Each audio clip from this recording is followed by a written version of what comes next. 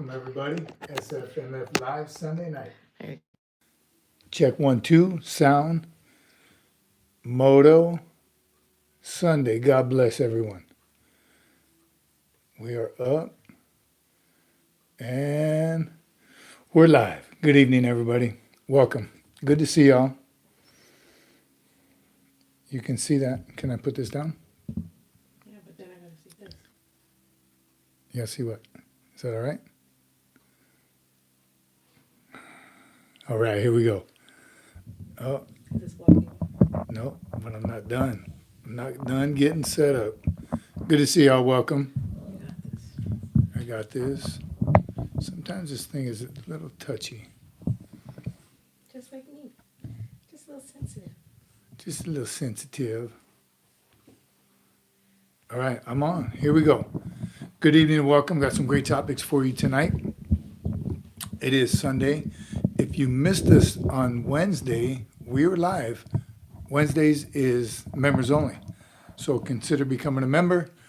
Members only on Wednesday, Gen Pop on Sundays. And it was fun. And what you'll see here is once they start popping up, you'll see the 1-year members. We hit our 1-year membership mark on Sunday. And there they go, right there. David Bryant, Ray from Queens. The red eagle, globe, and anchor means they hit the 1-year mark. They're the OGs. Adam East, good to see you. David Bryant again is here. Miss Prosperity said hi. Jake Awesome is here.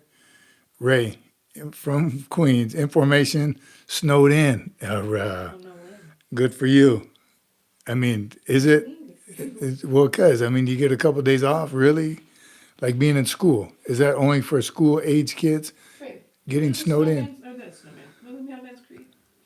Rain, sleet, or snow. Mailmen are out. Present and accounted for. Anonymous 1. Good to see y'all. Cold front going around the United States. We saw from College Station, it looked like snow. Some called it ice, some called it snow. It's right in the middle of Texas, so I don't know if it was snow as in a snowstorm, but there definitely was icicles on the tree. It looked like the raindrops landed and froze. So yes, it looks cool. I think it was like 15 or something, 9. I don't remember what it was, but love the cold weather, love snow skiing, love being in that environment when you have the opportunity to get out of it when you get too cold. Cold weather training, not fun. Snow caves, not fun. Did it a few times though. Jordan Hammond is here. What's up, Jordan? Good to see you. Reported for duty, sir. It's an honor to see you. It's an honor to see you. Thanks for being here. Jake Awesome got at least 15 inches of snow in Pennsylvania. 15 inches. That's awesome. Yekateremi, how many years you learn English? My English not that good? Why you ask that? Drone Zone, no. Anonymous, my ranch in Cameron, about 1 hour from College Station, is nasty cold.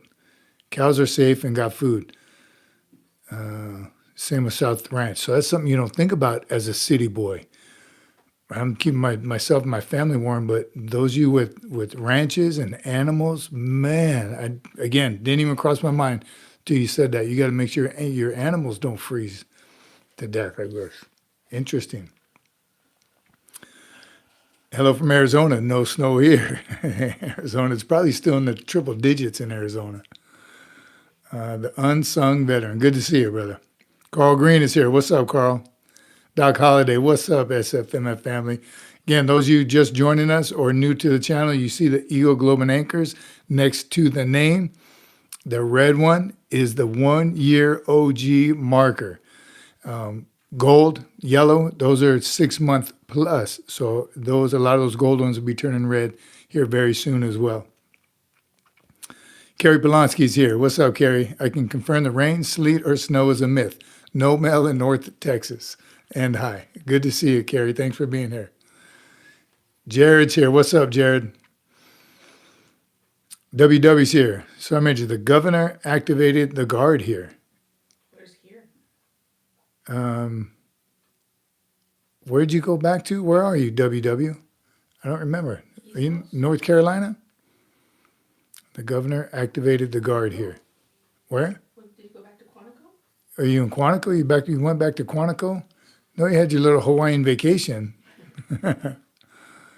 Allie the AI, what's up, Allie? Good to see you. Get those likes up. Better be double tapping. Howdy, y'all. Great to see you. From the producer, it is great to see y'all. Again, those of you just joining us or didn't see us on Wednesday, we were live on Wednesday. That was members only. Look at all those red markers. Those are 1 year mark. Those are the badges you get for being a member. Blue, light blue, green. Is there a green? Yellow is a 6 month plus, and red is the 1 year marker. What's the next one? 2 years or 3 years? After 1 year is 2 years, so it doesn't change for another year. Old school. Menakam's here. What's up, Menakam? Good to see you. Pizza box, Menakam. Mid-Atlantic East Coast is where WW is. So they activated the guard for the weather. All good. Everyone's doing good. Even here in the southern Arizona, lows are in the 30s. Wow. Because there ain't nothing to block that wind. Arizona 30s. All right. Hello, everyone. Good to see everyone. Good to see y'all. Good to see all y'all. Got a great show for you tonight. Church was great. I'm saving that one for the end on purpose. We're going to talk about SOI. SOI and their motto, if you will. We haven't decided what to call it, but if you've been through SOI or been to SOI recently, that big wall when you're coming from west, the side, you're coming from Christianitos Gate, coming from northwest, not the main gate of Camp Pendleton, come from a northern gate and you enter into SOI. They have that big wall. It says SOI School of Infantry, and it's got that Moto Marine on there, the outline painting of him, the big huge wall. I don't know how else to describe it. Going through there a couple weekends ago with Josiah Moreno, we went to that change of command that we were talking about. I spoke a little bit about. The wall now says SOI, endurance, violence, control. 3 powerful words. And it makes sense to be at SOI. What is the School of Infantry for? Let's not forget our ultimate mission is to locate, close with, and destroy the enemy. And that's what Marines do. We don't talk about it a whole lot on here. We talk about everything, but that is what Marines do. Locate, close with, and destroy the enemy. That's what we're here for. So we're going to talk about that. That's the first topic. 10 inches of snow where WW is. What part? I'm in the most southern part of Arizona. It's 75 degrees. Wow. Crazy weather in Arizona. Near Benson. Elevation is 4,100 feet. Bulldog, 848 is here. Good evening, all. Good evening to you, Bulldog. Jay Dilly's here. What's up, Jay Dilly? with the salute. Mike, my son has the 20-kilometer hump tomorrow at ITB West. He's an 0311. 0300 infantry. He made it. 20K. So how many miles is that? 10K. 10K is 6 miles, so 12 miles. Nice. So good 12 mile hike. That's awesome. I always loved the humps. And I think they used to call them humps, then they started calling them hikes. I think I did a short on that a long time ago. Do they still call them? I called it a hike. And people were like, what's a hike? We go on humps. They're called a hump when I grew up. And the 20K hump is good. ITB West, I didn't know they did it. Infantry Training Battalion. That's awesome. I always do. I did. I loved going on the hikes in boot camp, the humps in boot camp. Way back then, they had 3 for many years. They had 3 humps, like a 3 mile, a 5 mile, and a 7 mile, something like that. It was while you're up north at second phase, Weapons Field Training Battalion, WTBN. It was part of your field training, the 30 days you spent up there. 2 weeks was that stuff, and then 2 weeks of rifle qual. 1 week of snap in, 1 week of qual. But the first 2 weeks was field training, living in tents, living out in the field, helo ops, and hikes. We did 3 hikes, and they were great through the tomato patches of Camp Pendleton and right along the beach on the sand.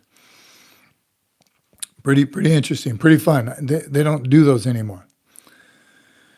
Violence of action, Menachem, amen. WW, did I ever do a tour in Gitmo? I did not. Guantanamo Bay. I wanted to. That's where engineers go, right? That's the like if you ain't been to Gitmo as an engineer, you ain't a real engineer yet. I always wanted to. Again, I got every single duty station I asked for because I was very aggressive. I just ran out of time. There's some other things I wanted to do, but I ran out of time. MSG, Gitmo, some things I wanted to do that I didn't. 20K hump, just a warm up. Yeah, right. Doc says, producer, check out Skyline Hiking Trails in Corona, California. All right. We do. And again, we're in Hawaii, the one of the production team. You haven't seen yet. She finds all the good hikes in Hawaii. The pill boxes, those are amazing. To see not only on the top of a mountain in Hawaii, which is just full of mountains, like 3,000 feet and up. Are you done over there? You making all kinds of racket? These hikes are great. The Stairway to Heaven, if you know, you know. WW, I don't know if you went on any hikes while you're over there, but it's they have amazing hikes with amazing views, and a lot of them lead up to pillboxes, bunkers, concrete bunkers. One, it's amazing that they're on the top of a hill like that, and so you can see everything for all the right reasons. You can see the enemy way far out when they come. But getting the material up there to build those, the railroad ties. One, I don't remember the name of it, Cocoa Head. It's called Cocoa Head, and it's just straight. Most hikes, they kind of switch back, and you work way up. This is straight, directly. You can see from the bottom to the top, and it's brutal. But it's also railroad tracks. You're walking on railroad tracks. That's how high and big it was and how many bunkers are up there. It's like a whole little city on top of this huge mountain, but the mountaintop is small. But what impressed me as we've done it a few times, walking the railroad ties. Railroad ties are heavy and just difficult to carry one to PT with one. I like to PT with railroad ties. But they had hundreds of them. And the whole idea was to build the railroad, put the railroad tracks down so you can get all the gear and equipment on top. Not just food, weapons, and ammo, but the material, the tons and tons of concrete and rebar and all the materials to build.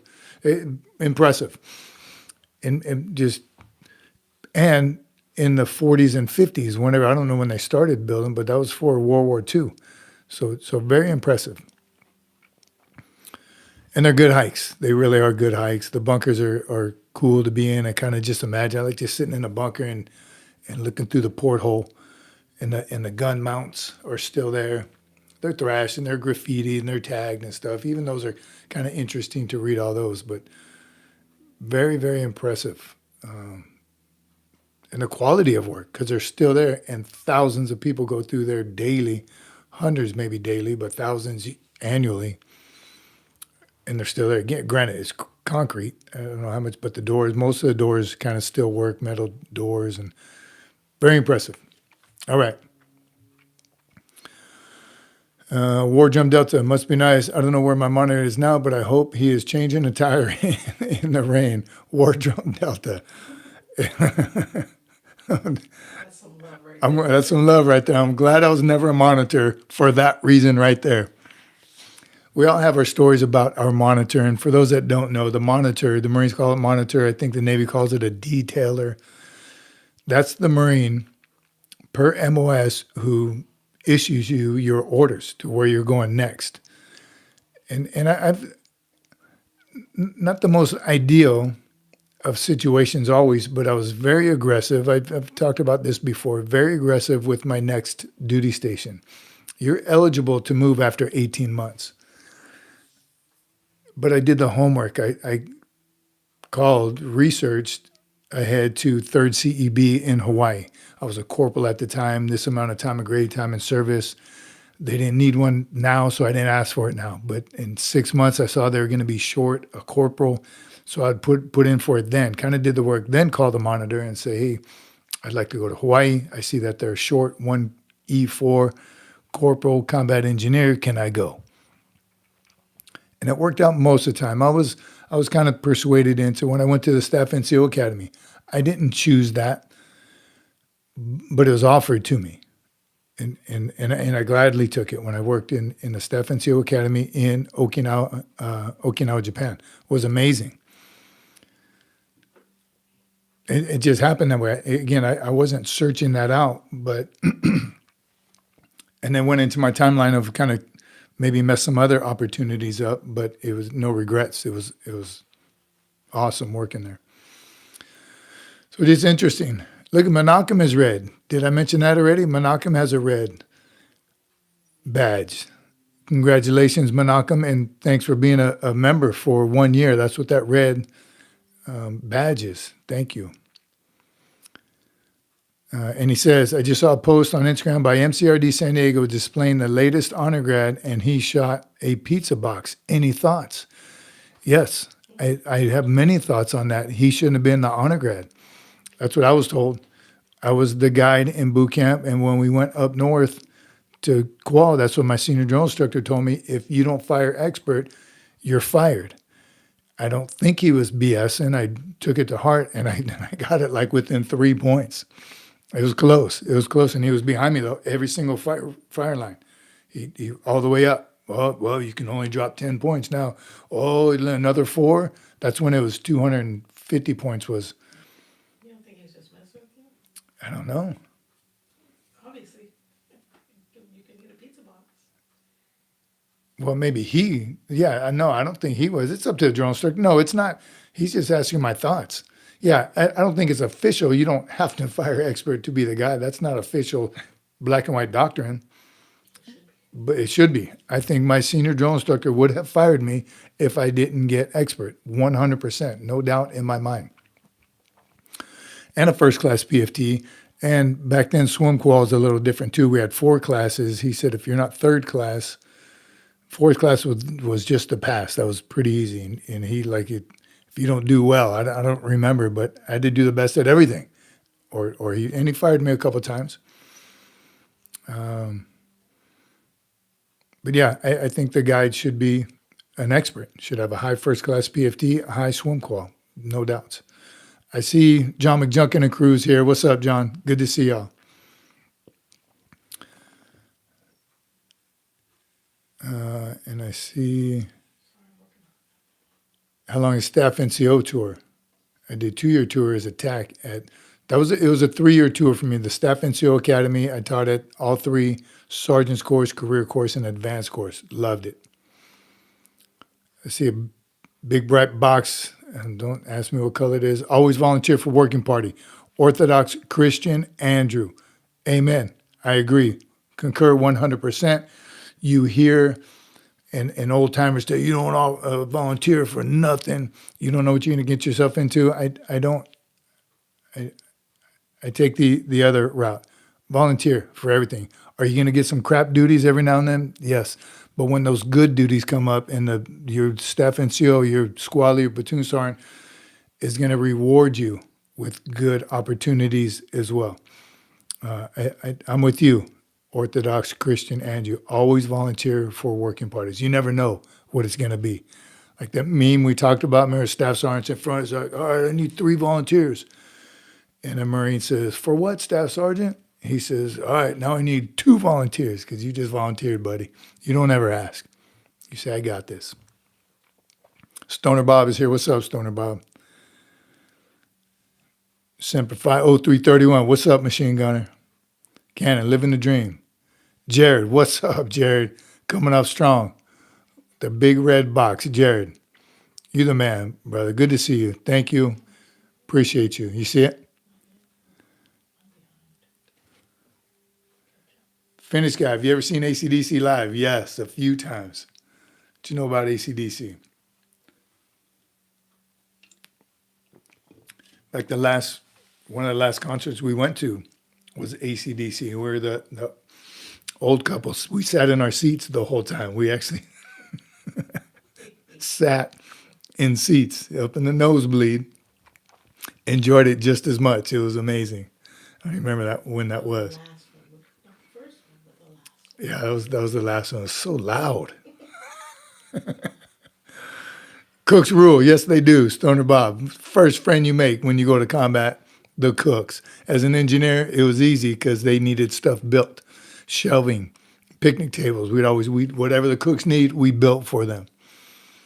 And they would feed us. I volunteered for RIMPAC 90. Ray, right? That's a great time to volunteer. RIMPAC was awesome. 90? What RIMPAC did I do? Was it 90? Were we on the same RIMPAC? Was it 90? I think it was. I'm going to have to look at my T-shirt once I find it. The producer said it was. Ray, you believe that? We're on the same RIMPAC. Hawaii? Did you sit off the coast of Hawaii for like a week? Like we could see. Remember we were sitting like so close. You could see Honolulu. Saw the Pink Hotel. We saw Waikiki. We sat up there for about 4 days before they finally let us off ship. Was that the same one? Maybe they do it every RIMPAC. I don't know, but and I think it's every 4 years. So I definitely didn't do it in 86 or 94. We're on the same RIMPAC. Tag, training, advising, and counseling officer at Warrant Officer Candidate School. Ooh, that's awesome. You were an instructor there?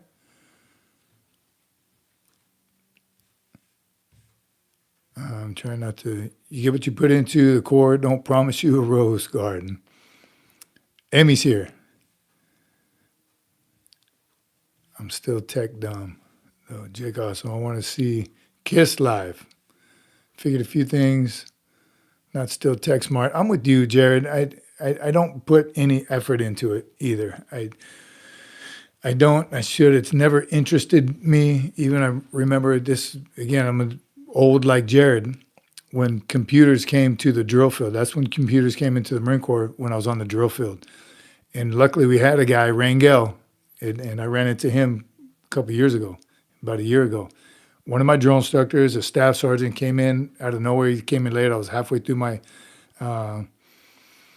tour. Same time we got the computers, and he figured it out. All right, I don't know how he did it, but recruit docs and counselings, he just did one. We just had to change the name. I mean, it was a time saver, but he would do it for all of us. So I didn't take the time to learn. Crocus, Stoner Bob. Crocus sound a lot like AC/DC. I remember Crocus. And Jared is a boot. Menachem. Wow. Victor Perez is here. What's up, Victor? Semper Fi, brother. USS Juno. LPD, 1 week Liberty. I wasn't on the Juno. I was on like the Durham, USS Durham or something. Yeah, did you come from the East Coast for RIMPAC? Jared, oh, Menachem, one of these days. Ted Nugent opening for Kiss. Ted Nugent, these are all good, solid 80s rock classics. They don't make music like that anymore. 70s and 80s. Doc Holliday. Man, look at you. Another big red box. Love my job. That's it. That's where I'm at in life right now, man. If I don't love what I'm doing, I ain't doing it. Not everybody, I get it, can do that. But if I don't love going into work, hence why I left my last job. If I didn't love it, if it wasn't everything it could be, I'm out. All right. If that was, I use one for motor oil, log into my iPad in your dreams. Pendleton, you came out of Pendleton too. I'm telling you, when I went on the RIMPAC, I was out of Hawaii, so West Coast. You weren't out of Hawaii. RIMPAC was from here. Was it? 90. Yeah, I believe you. Skinner and I was, 7th ESB. Yeah. Out of 7th ESB, RIMPAC 90. Remember? Tell a story about that. Oh my God. So I brought He's it. been married for like, what, 3 months? Yeah, In yeah, December, yeah. December. Couple stories from that rim pack. One, Well, that's the story you told us, wives. I would bring a football everywhere I went. Every field up, every deployment, I would always bring a football. You never know. You always like tossing a football around. That's what men do. So a couple things. That's when hacky sack was pretty popular too. So we were on this ship, and Marines. Anytime we're bored, Marines are bored on ship. We already went to the gym. We already slept. We already played spades. We already ate. So we used to go on the flight deck, toss the football around. And I remember one day some sailors were like, "Hey, can we play?" And I was like, I feel real bad. And I got to tell you no though, because if you miss a ball, and it goes into the water, it's going to be a big deal. I read if a Marine does it, I got it. I can whoop his butt. I don't want there to be that. So and we didn't let him play. I felt really bad. And then another time we were just hanging around, and one of the sailors brought a hacky sack, and we're all kicking the hacky sack around. He was playing with this, and one of our Marines kicked it over the side, not on purpose. It was an accident. And how mad that sailor got. I said, "See, well, look at nothing personal, but." So anyhow, we finally go on Liberty in Waikiki. We had like 7 days. They said today's Friday, whatever. Be back next Friday. It's pretty cool. Our platoon sergeant, Sergeant Rick, had just got married, right? And funny, we're in Hawaii celebrating his anniversary or his wedding in Hawaii. The same thing. We got our towel. We're those boots, right? We have our boot bag in jean shorts, and we go to Waikiki. And go fast or something. Go fasters, of course, right? High and tights. We go into Waikiki, put our poncho liner out, and just screaming Marine. And it's the first day of Liberty. We go out in the water. He's a lefty. He's good at sports. He's good at basketball. He was just good at everything. He was a quarterback. And like the first throw, we're in like waist high water, Waikiki, been on ship forever, been on rim pack, been busting our butt, just a day to relax in Waikiki, right? On the military's dime. It was amazing. And, I'm running, we're playing tackle football in the water in Waikiki. Come on, it doesn't get any better than that. The first throw, he tosses it, and we're making a big deal, crashing into each other, thrashing each other, and he's freaking out. When he threw that pass, his ring came off, his brand new ring. He just got married. So, of course, like idiots, we all run over there and kicking up all the sand. We're looking for it. We're diving down its waist-high water. We're looking, never found it. He had to tell his wife. And it was before cell phone, so he couldn't text her. We didn't know what to do. We searched for it for, I don't know, maybe 10 minutes.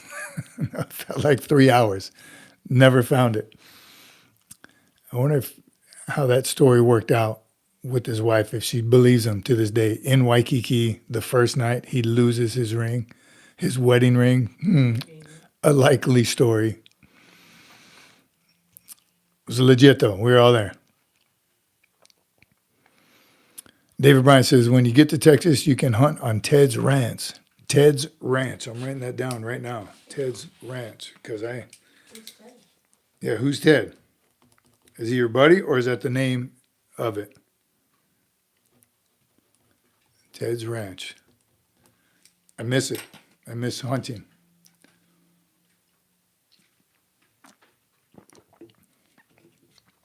From the producer, Jared, thank you for the support. Very, very heartfelt. We appreciate you more than you know. Appreciate it. Lay Cookie, look at Lay Cookie backed me up right there. Wife will call us liars to this day for backing him up. That's right. Lay Cookie was there. Witnessed the whole thing. Tell me. He was a lefty, right? That was his fault for being a lefty. Throwing the ball with your left hand. That's funny. Well, it was funny to us, not to him. All right, John McJunkin, Sergeant Major, your thoughts regarding former U.S. Coast Guard Admiral and Congressman Mark Kelly calling for insurrection among U.S. forces after telling military personnel to question presidential orders. That's a lot. Don't agree with it at all. He lost his mind. I think, isn't he being indicted right now for telling people that? I didn't follow that. that much. Him and a couple of his cronies, like 4 or 5 of them, didn't they all do that? Out of your mind, you don't question orders. And I like how they're trying to spin it to the Secretary of War about what should your personnel do when they receive illegal orders. Well, we don't get illegal orders. So it's cut and dry, plain and simple. I'm pretty sure Mark Kelly got indicted for it. And hopefully justice prevails in that. We appreciate you, Doc. Love this community. Zombie Blood is here. What's up, Zombie? Good to see you. Yeah, the worst luck I've ever seen. I'm telling you, right? You remember, and we looked for it. We did. We looked for it in the ocean. Hundreds of people in the water, waist high, sand. We're kicking sand up. We looked. We actually looked. So, Sergeant Rick, we got your back still. Sticking to that story.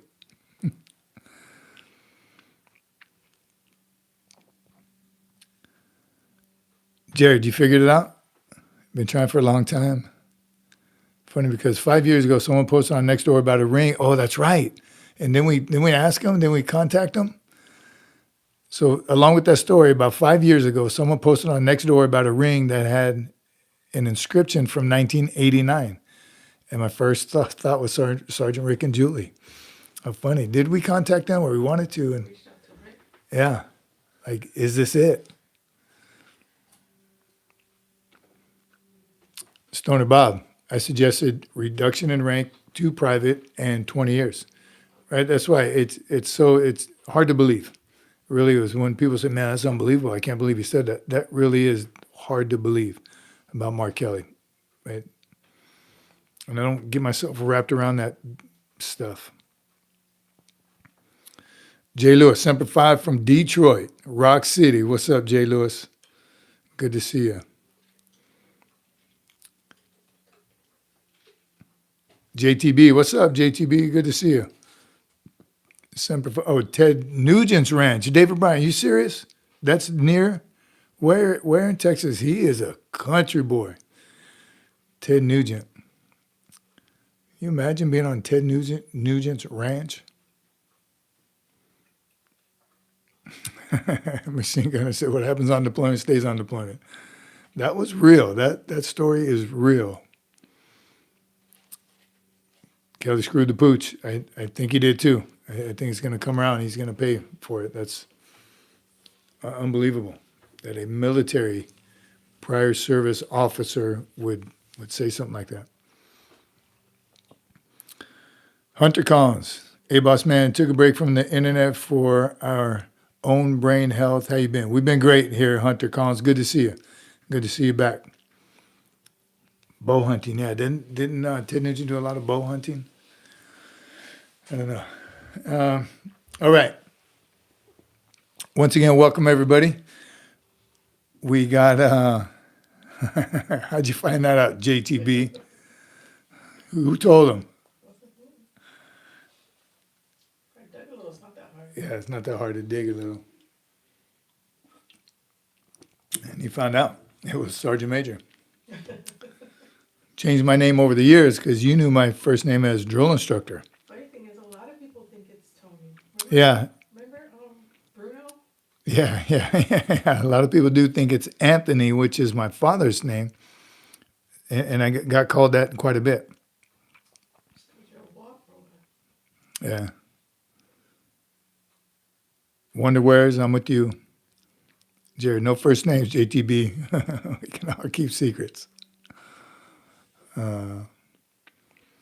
Hitting the like button sounds good. Thanks, Stoner Bob. Appreciate all y'all. I know your first name also because I'm a sleuth. Texas Marine, 1775. What's up, everyone? What's up, Texas? Good to see you. You never hear me use it, though. That was my guest, Tony. I'm telling you. Waco, Texas, where Ted Nugent's ranch is. Carl Green. Who was that? Funny when I see it or hear it or write it. All right. Jody just short. I'm Jody. Nice to meet you. 0331, machine gunner. All right, our first topic for tonight. John McJunkin, you got your crew with you.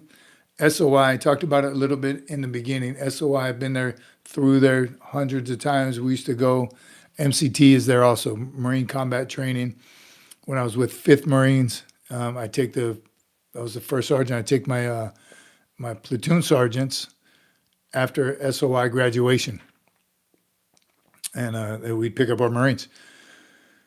They had 10 days leave, but not all of them would go. So what we did, we would meet them there and welcome, hey, I'm your first sergeant. Here's your platoon sergeants. Welcome to 5th Marines. You got orders. We're leaving at this time. So are you going home? Are you going home? And most of them did go home on their leave. I think they had a few days leave. I don't remember what it was.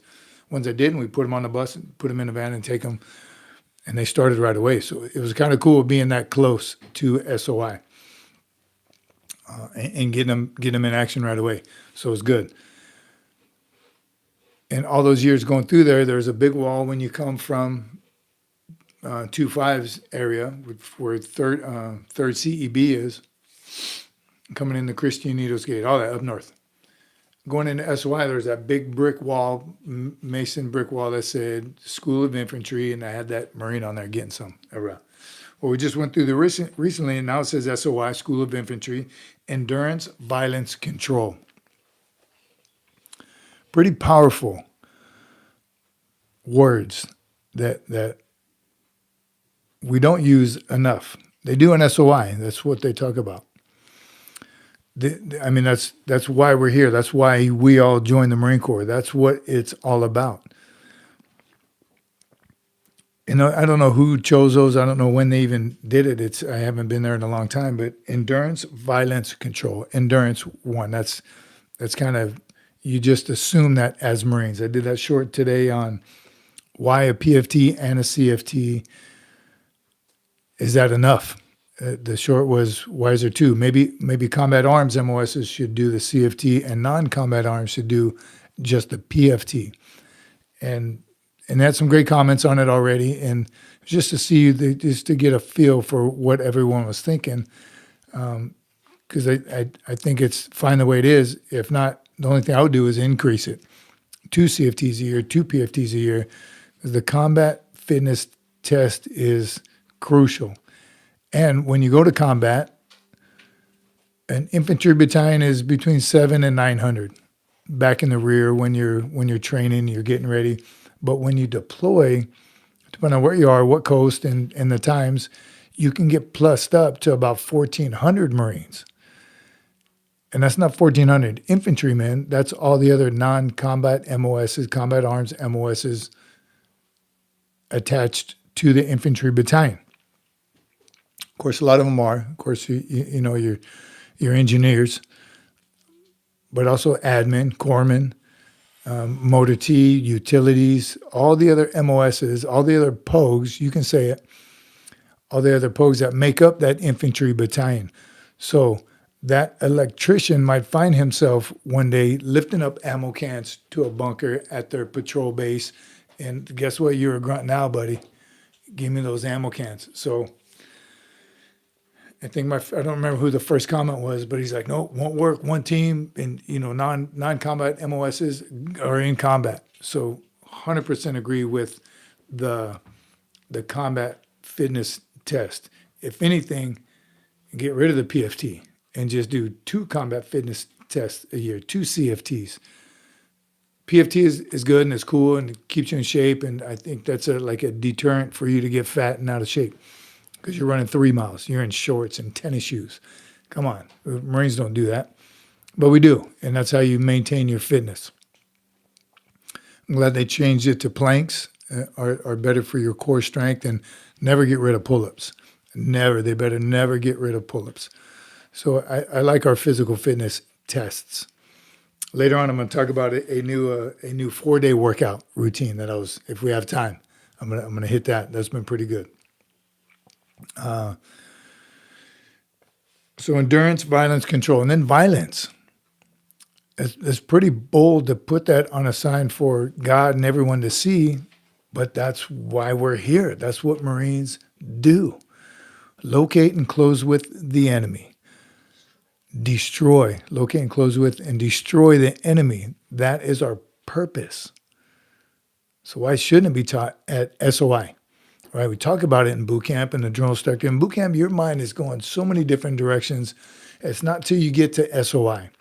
So shout out to the SOI instructors, first of all, to teach the infantry and the POGs, right? MCT, Marine Combat Training. Because that's what you're teaching. I don't even, can I say the K word on here? Dude, you're training to destroy the enemy. Destroyers, right? We'll call them destroyers. That's what we do. That's what Marines do. That's the mission. So when we say the Marine Corps is not for everybody, and that's why. That's primarily why.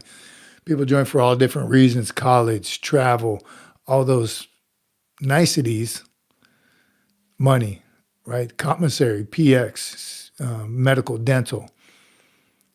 You join the Marine Corps to be a Marine, to destroy the enemy. I don't want to say period, but era, period. So I like that they have that on the wall. Endurance, violence, and the last one, he kind of puts it all together, control. Controlled chaos.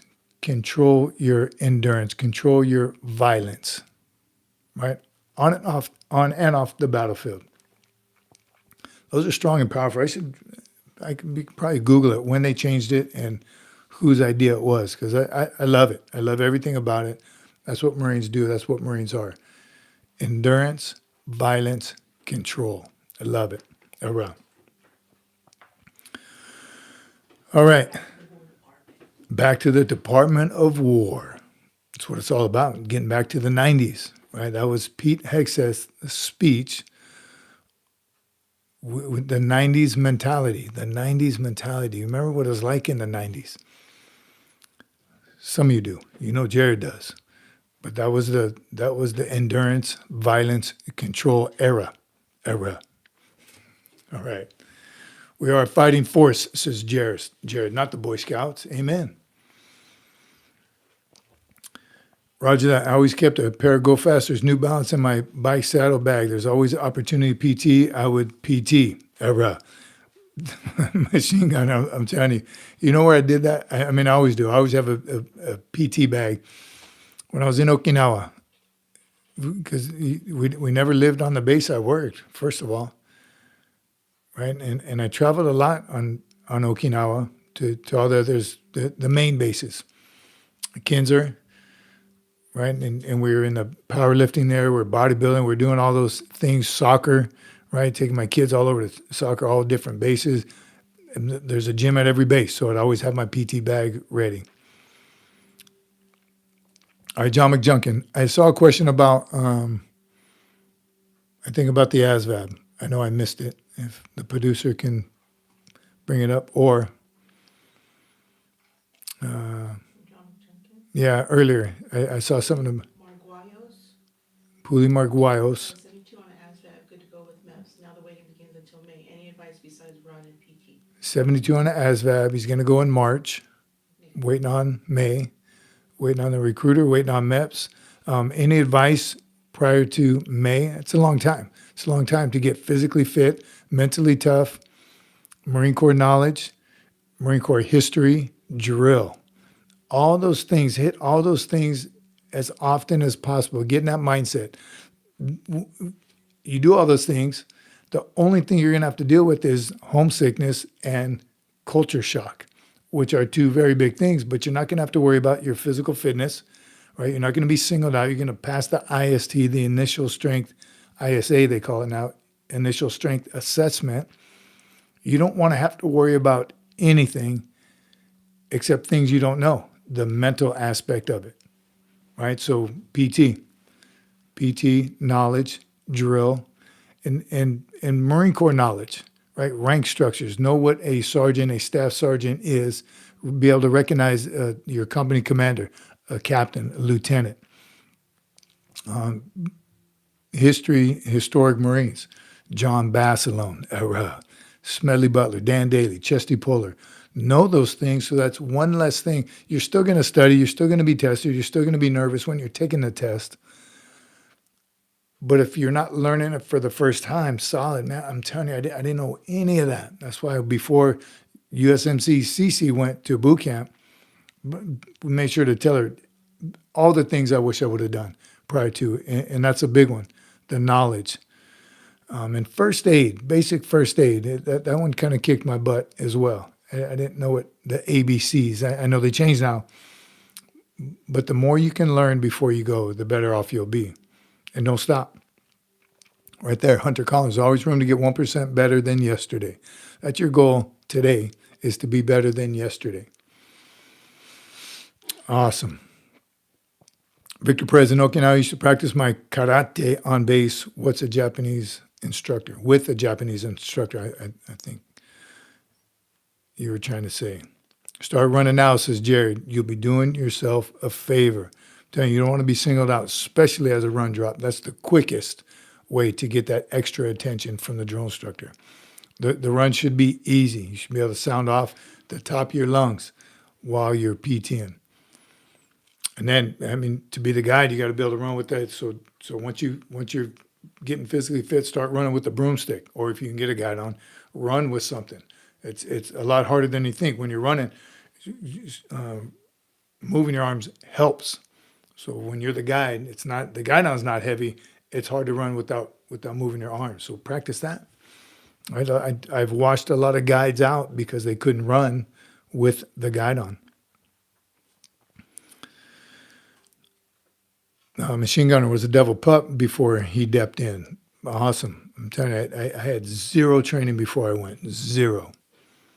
Nor did I know anybody. The kid I went on the buddy program with, luckily I did listen to him, and I went to about 2 or 3 Poolee functions. If you can go to Poolee functions, ask your recruiter. Any spare time you have, go to the recruiter office. Watch the videos, read the books, look at the photo albums, ask questions. The more you know before you go, the better off you'll be. Look at Hunter Collins, first female Marine, Opa Mae Johnson, 1918 era. You'll be tested on it, 100%. Primo, you ever been top secret location on a military base? I can't tell you that. It's top secret. Nice try. Nice try. Stoner Bob, I didn't have a clue. I was with you. You're glad you didn't. I kind of think that helped me too. Never fired a weapon before. BB guns. Never fired a weapon, fired expert. And they say those are the best shooters because I didn't have any bad habits already. Right? So, it worked. Doc Holliday started this year strong and killing it. What are you talking about, PT? Putting you in my pocket for a bit. Going to do my evening PT. Get some, Hunter. Leica, you didn't know anything about the Marine Corps and still successful. Just takes effort and commitment. I'm telling you, I did 2 times in my career that it just snapped. I'm like, I get it. Boot camp was about halfway through when I got my butt chewed. I was the guide. It was the day I got fired. And it was weird. The drill instructor get everybody outside. And I was standing there, still getting dressed, yelling at the recruit, get out, hurry up, get out, get out, get out, when I was still tying my boot. A drill instructor, the senior drill instructor from sister series or another platoon, came on deck and saw what I was doing. I was yelling at the recruits to get out. I was the guide, yelling at the recruits to get out while I wasn't even ready to get out myself. I think it was after PT or something. And he wore my butt out. He said, you're the worst freaking guy I've ever seen in my life. I can't believe you're telling them to hurry. You ain't even ready. Kind of poor leader. I'm telling you, he wore him. He started thrashing me. My senior drill instructor came out. Come to find out they were good buddies from way back. They served together. My senior ripped the brassard off me, threw the guy down there. You're fired, you piece of... It was a bad day. I don't even remember when I got rehired, but like a couple of days later, I'm like, I get it. I got to lead by example. I got to be the first one up, the last one to bed. Everything that you hear about leadership, lead by example. Do as I do, not as I say. I'm telling you, all those things clicked as a recruit in boot camp, the 18-year-old. And then, of course, over time, I didn't ran into probably the wrong crowd a couple of times, and didn't maintain that motivation until I was a drill instructor, and got in trouble again for doing something without thinking. Just thrashing recruits, doing something stupid. And when the battalion commander had me locked up at the position of attention, saying, "Your career is over. I can't believe that. What were you thinking?" Right? What training value did that have? I'm trying to make Marines and you're trying to break recruits. Standing there with my career flashing in front of my eyes, and I'm married, I have 2 kids, and what am I going to do? And my career's over, and I put 8 years into, all those things. It's like, okay, I get it. Training value. If there's no training value, you shouldn't be doing it. Right? If this Marine is not, these Marines, this individual is not going to gain something for what we're getting ready to do, don't do it. Simple as that. That's the re-green. That was the ultimate re-greening I had as a drill instructor, and it helped me throughout. What? John McJunkin.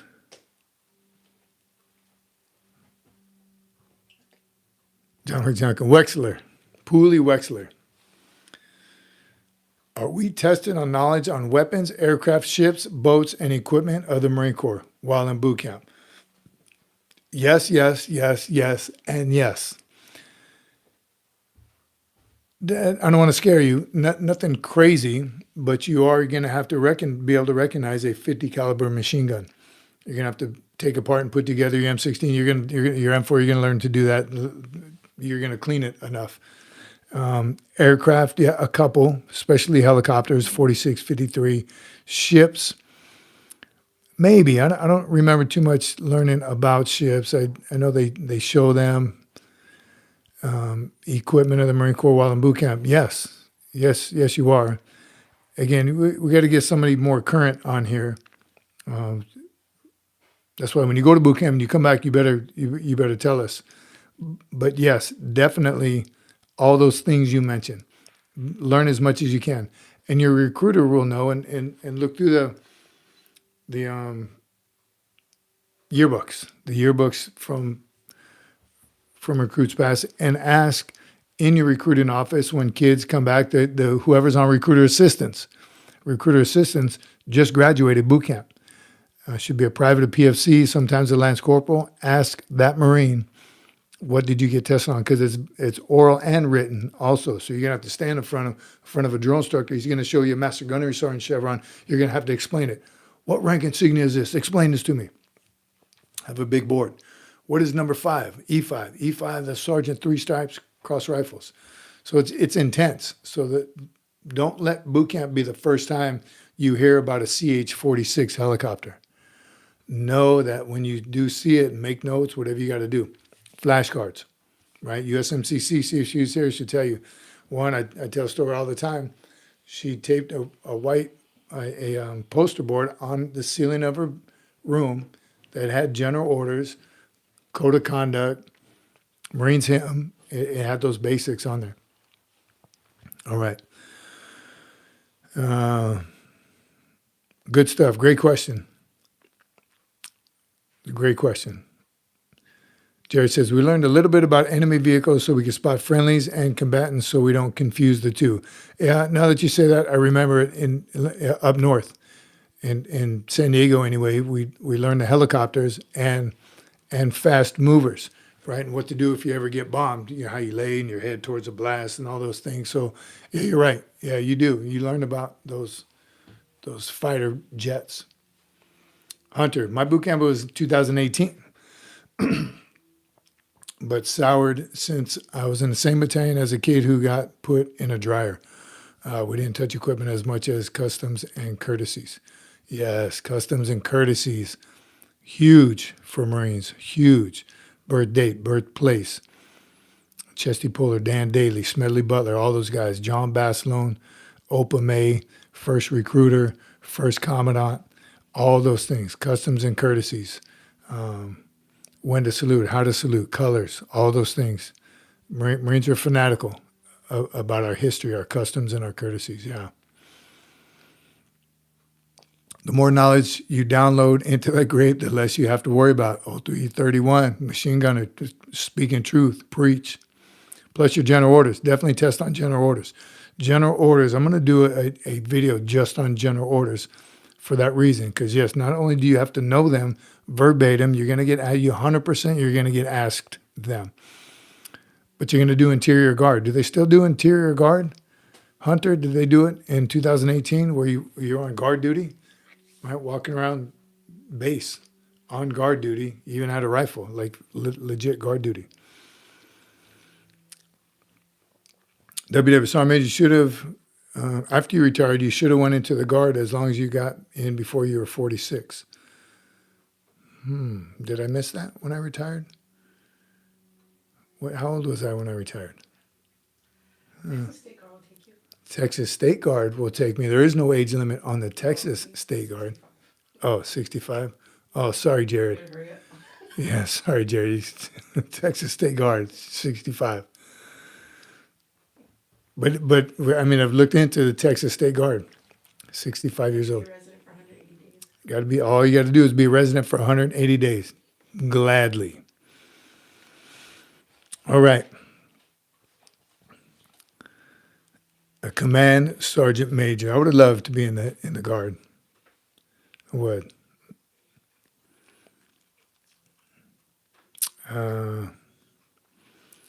You should know your general orders like the back of your hand. General orders are more important than I realized in boot camp. That's everything. General orders are everything. If you haven't seen it, you need to watch The DI. Jack Webb, 1950s, I don't know, 60s. It's black and white. The DI. That's some old school. They have the love story in it, of course, but boot camp. Jack Webb as the DI. Amazing. There's that one where the other drone circuit comes in and Private Owen, what was the name? Private Owens, right? He tried to catch him off guard. He said, and Jack Webb's like, spit him out, idiot. And he killed the general orders. Somebody was passing around a little while ago on a short. It's awesome. But they are, and they're legit. They're legit rules to follow. We don't just, it's not just something we say and memorize. We use those day to day. Eric Green says I can still do the Guard. Jay Daly, Lieutenant Colonel A.A. Cunningham, 1st Marine pilot, right? Lieutenant Colonel Archibald Cunningham. I'm thinking of Archibald Henderson, 1st Commandant.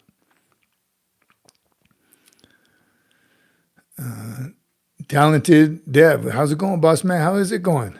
What were we talking about last time that I wrote? Something I was gonna check out. All right, from John McJunkin's crew, and then we're gonna go on to topic number 2.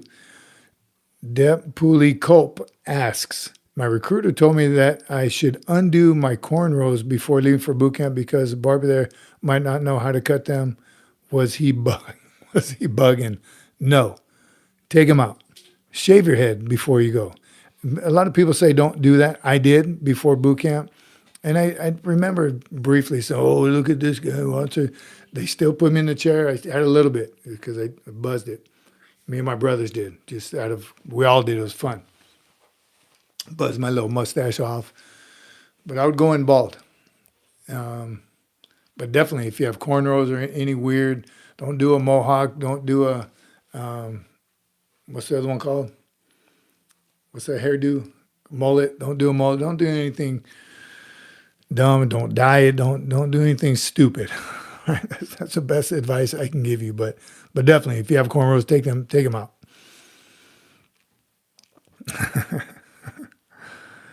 Never seen the whole movie, The DI, only bits. It's pretty boring. It's boring. The love part of it is for me.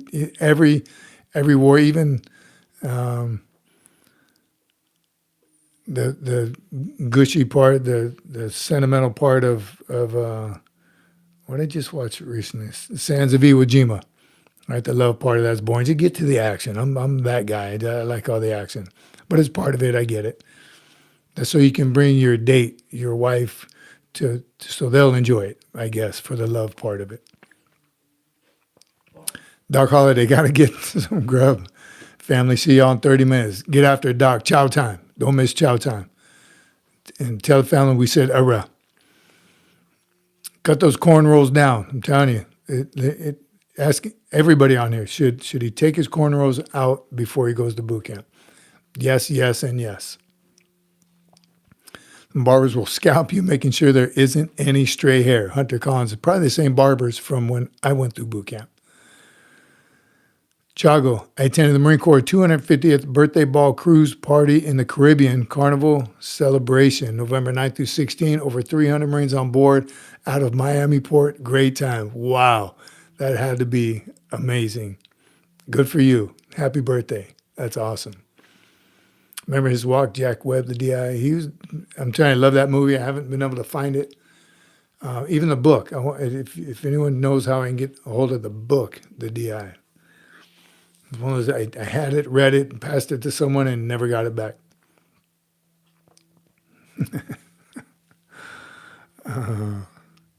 Barber's not so gentle, so going with as little as hair as possible. Jared, facts. I'm telling you, you've seen the movies, you've seen Full Metal Jacket. Boom, sit down, they grab your head, and I had something, right? They said, make sure if you have a mole or something on your head, I had a little skin tag or might have been some, long story what it was. Got hit in the head one time with a bottle, long story.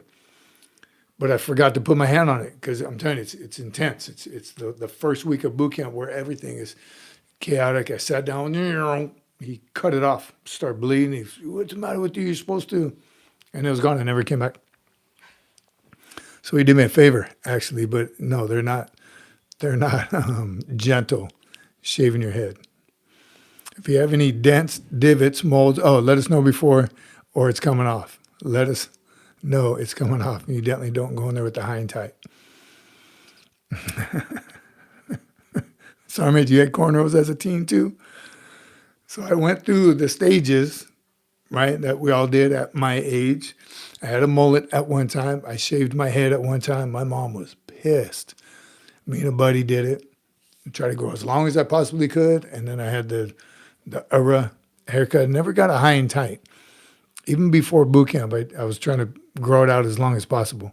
Because that night I knew me and my brothers all, again, shaved our heads that night. But never had cornrows.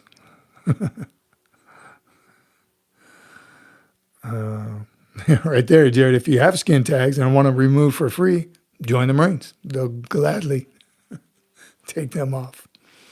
JTB, I shaved mine the day before, and they still give me a haircut. That's how I was, JTB. I thought I shaved it all off, but you go through the process like everyone else. You're going to sit in that chair. I was the first one. I don't know if I've told this story before. I was the first or second kid to go through. So I stayed there, and right, they put me on working party. All right, you, dummy, stand right there. There's a broom, there's a dustpan. You're going to sweep after every third haircut. So it was cool because I got to see everyone before and after, all 89 recruits, where I just used to watch until, oh, yeah. But I had to sweep up all their nasty hair. It was fun, though. It was funny. I liked it. Machine Gunner says, the movie The Boys in Company C is what motivated me to join. That is a great movie as well. Man, it's been a long time since I've seen that one. That was good, too. JTB, I remember blonde curly hair on you. I was long hair, Jared. Long hair, metalhead, so they love chopping my beautiful mane off. Yeah. You know they liked it. You know, because ours were all Hispanic in San Diego, and you know they were talking trash about you. I couldn't understand it. They did have it carried on the whole time. All right, good stuff. Great stuff. SOI we talked about. Wait, Randy just popped up in 5 memberships. Oh, shoot. Okay, I see it now. I didn't see the box, though. Received a gift from Randall Knapp. What's up, Randy? Good to see you. Jago, Texas, Giovanni, Ray's, Big Irv, Raphael. All those are from Randall Knapp. Randy, good to see you. Hope you and Ellie are doing well. And thank you very much. Memberships, this great opportunity to hit memberships. Wednesdays, we go live with members. It was a great time last Wednesday. Sunday, obviously, is Gen Pop. Members, you see their name is green, your name is green, and you have a badge next to your name. The eagle, globe, and anchor, different color, depicts how long you've been a member. You see the red ones? Those are the OGs. That's 1 year. Yellow is the next 6 months to 1 year. So they're going to be red soon as well. Thank you all for your membership. Thanks for your support and being here. It really means a lot to us. And that's awesome. Randy, appreciate you. Eric Green is here. What's up, Eric? Ronan, been watching the stream since I was a Poolee. I'm now in the fleet. Ronan, you got to stay. You got to come on every time we're on, and you got to dispel some of the myths. I'm telling stories from a long time ago. What's the one we just had? Do you still do guard duty? They still do interior guard in boot camp. Ronan, were you on watch? Did they make a watch list? You walked around the armory, around DI school, around the chow hall. Like the guide, I was a corporal of the guard. I would walk and check on this. When I caught a recruit, one of my recruits bought a soda out of the soda machine in DI school. Yes, I dimed him out. I had to. Ronan, congratulations, by the way. Welcome to the club. Hurrah. Hey, brother and family, a bit distracted watching my sea chickens at the moment. Don't tell me. And I'm not going to tell you who I'm rooting for either. I'm glad it's NFC West. Sea chickens, because you said that last. I do call them the sea chickens. So you can probably guess who I'm going for on that. Because the Niner sea chicken rivalry, of course. And I really didn't like, what's his name as a coach. Long history. Yeah, don't get me started. Don't get me started. But I'll tell you what, Randy, go Chickens. Go Chickens. Because of the 4 teams still in it, I couldn't care less which one of them go all the way. So I'm with you. JTB is busting you out. What do you say?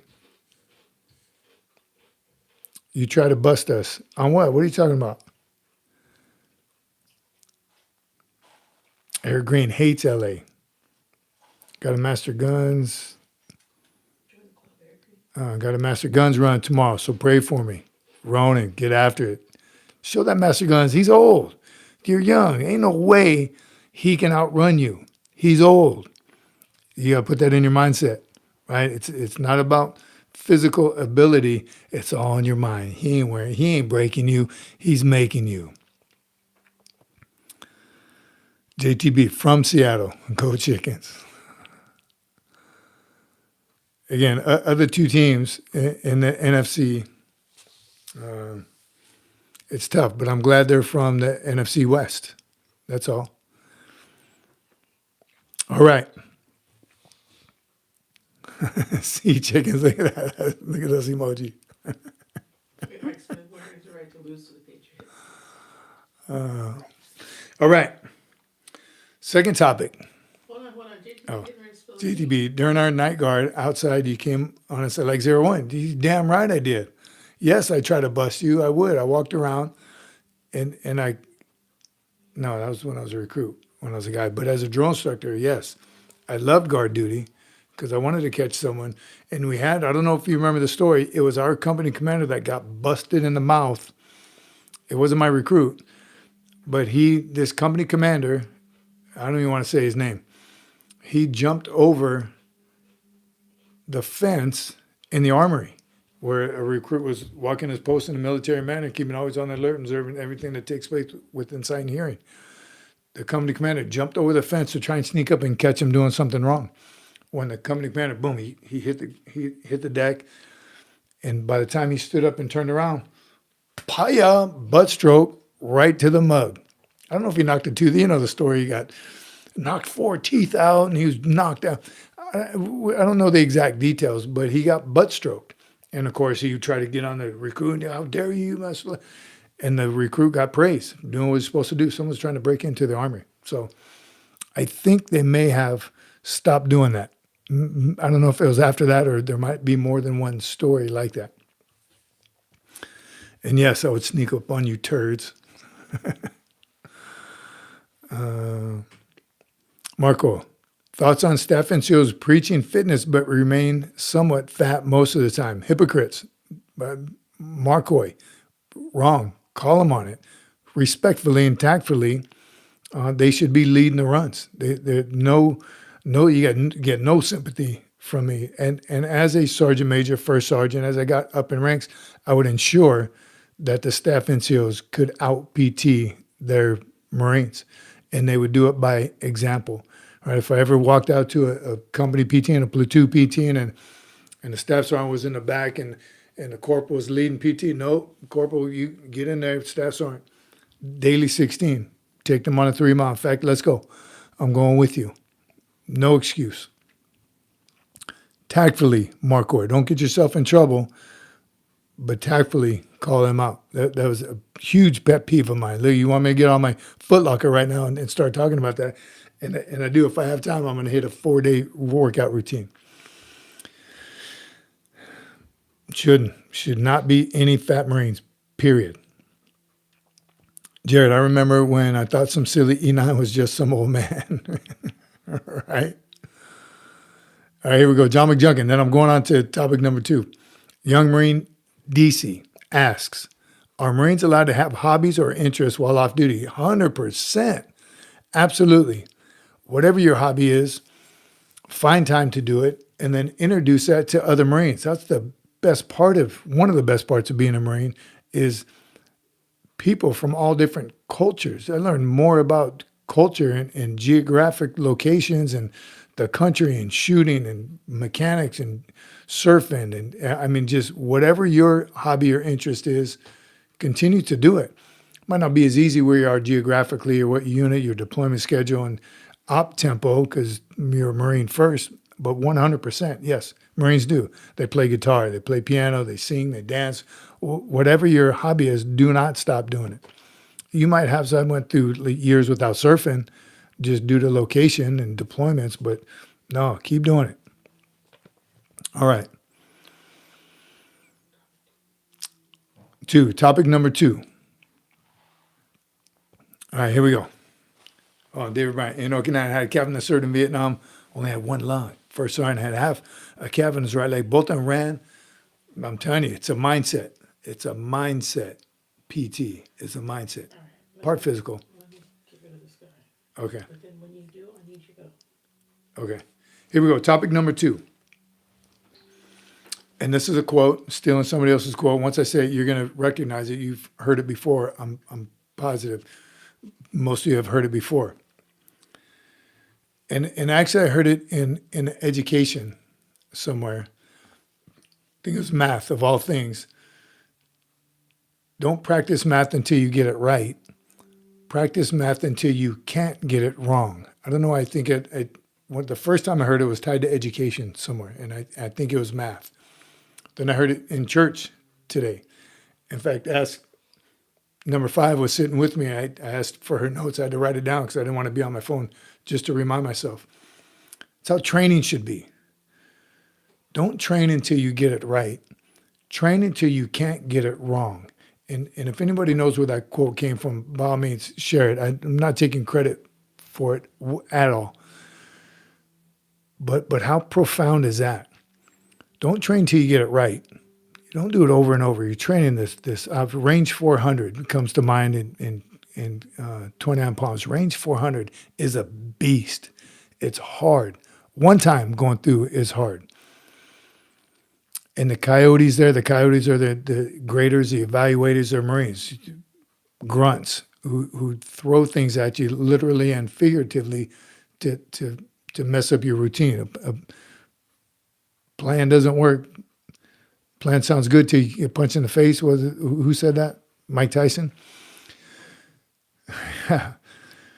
Don't train till you get it right. Train till you can't get it wrong. When you're doing something, hobbies, someone asked about hobbies, you're going to do your hobby, you're going to play the guitar till you can't even mess it up. Even if you wanted to mess up Stairway to Heaven, you've practiced it so much, you can't get it wrong. That's way more than training till you get it right. Because you can train, and you get that one range 400, you get everything done right. You do it again immediately, you're going to get something wrong again. So you got to train on that range 400 and 401. I don't remember all the names. Range 10. Range 10 is another beast. Train until you can't get it wrong because you know it so well. You've done it so well. That's a difference and nobody likes training over and over the same thing, over and over scenarios, over and over. How many times are you going to do the sandbox? And we're going to call for fire over here, and the blue and the little tanks are. Those are important. Those are important because you have to be able to plan for every scenario. Everything. As soon as you step off the LOD, everything's going to go wrong. Murphy's Law, right? 10 minutes into your op order that you briefed and everything's working well, radios are going to go out. Someone's going to break an ankle. Something's going to happen, but you've trained to that so many times, you can't get it wrong. Oh, broken ankle, easy. Plan B, boom, boom, boom, boom. He's taking care of, he's on life flight, he's out of here. Everything's good. Continue to march. That's training to where you can't get it wrong. They can throw every negative scenario at you, every smoke grenade, every sniper, every radios down, helicopters, bad weather, right? All of a sudden you don't have that air support that you have, visibility, fog rolls in. You've trained so much that you can't get it wrong. It's a difference, huge difference, and it's probably about 100 times practicing range 400. Can't get it wrong. There's no way possible to get it wrong. Will you be able to do that on everything? No, I don't think so. Football teams, right? Those you mean to tell me the two teams playing right now? Don't tell me who wins. You mean to tell me that those teams, the offense practiced every single play until they couldn't get it wrong? No, because they're being stopped. So they practice it. Boom, that's good. That wide out was good. Boom, good pass, good play, good pass, good play. Next. No, you're getting it right, but you're not doing it until you can't get it wrong. There's a difference.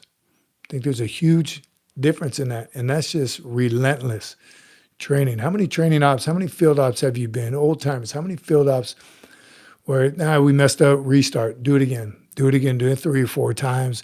It's late, you're tired, you're hungry, it's raining, you want to hit the rack, whatever. One more time. Oh, look at it, we got it right. That's okay. That's good, but you're not training till you can't get it wrong. It's impossible to get it wrong. Pretty profound. And that came to me in church today, and it was about making your path, right?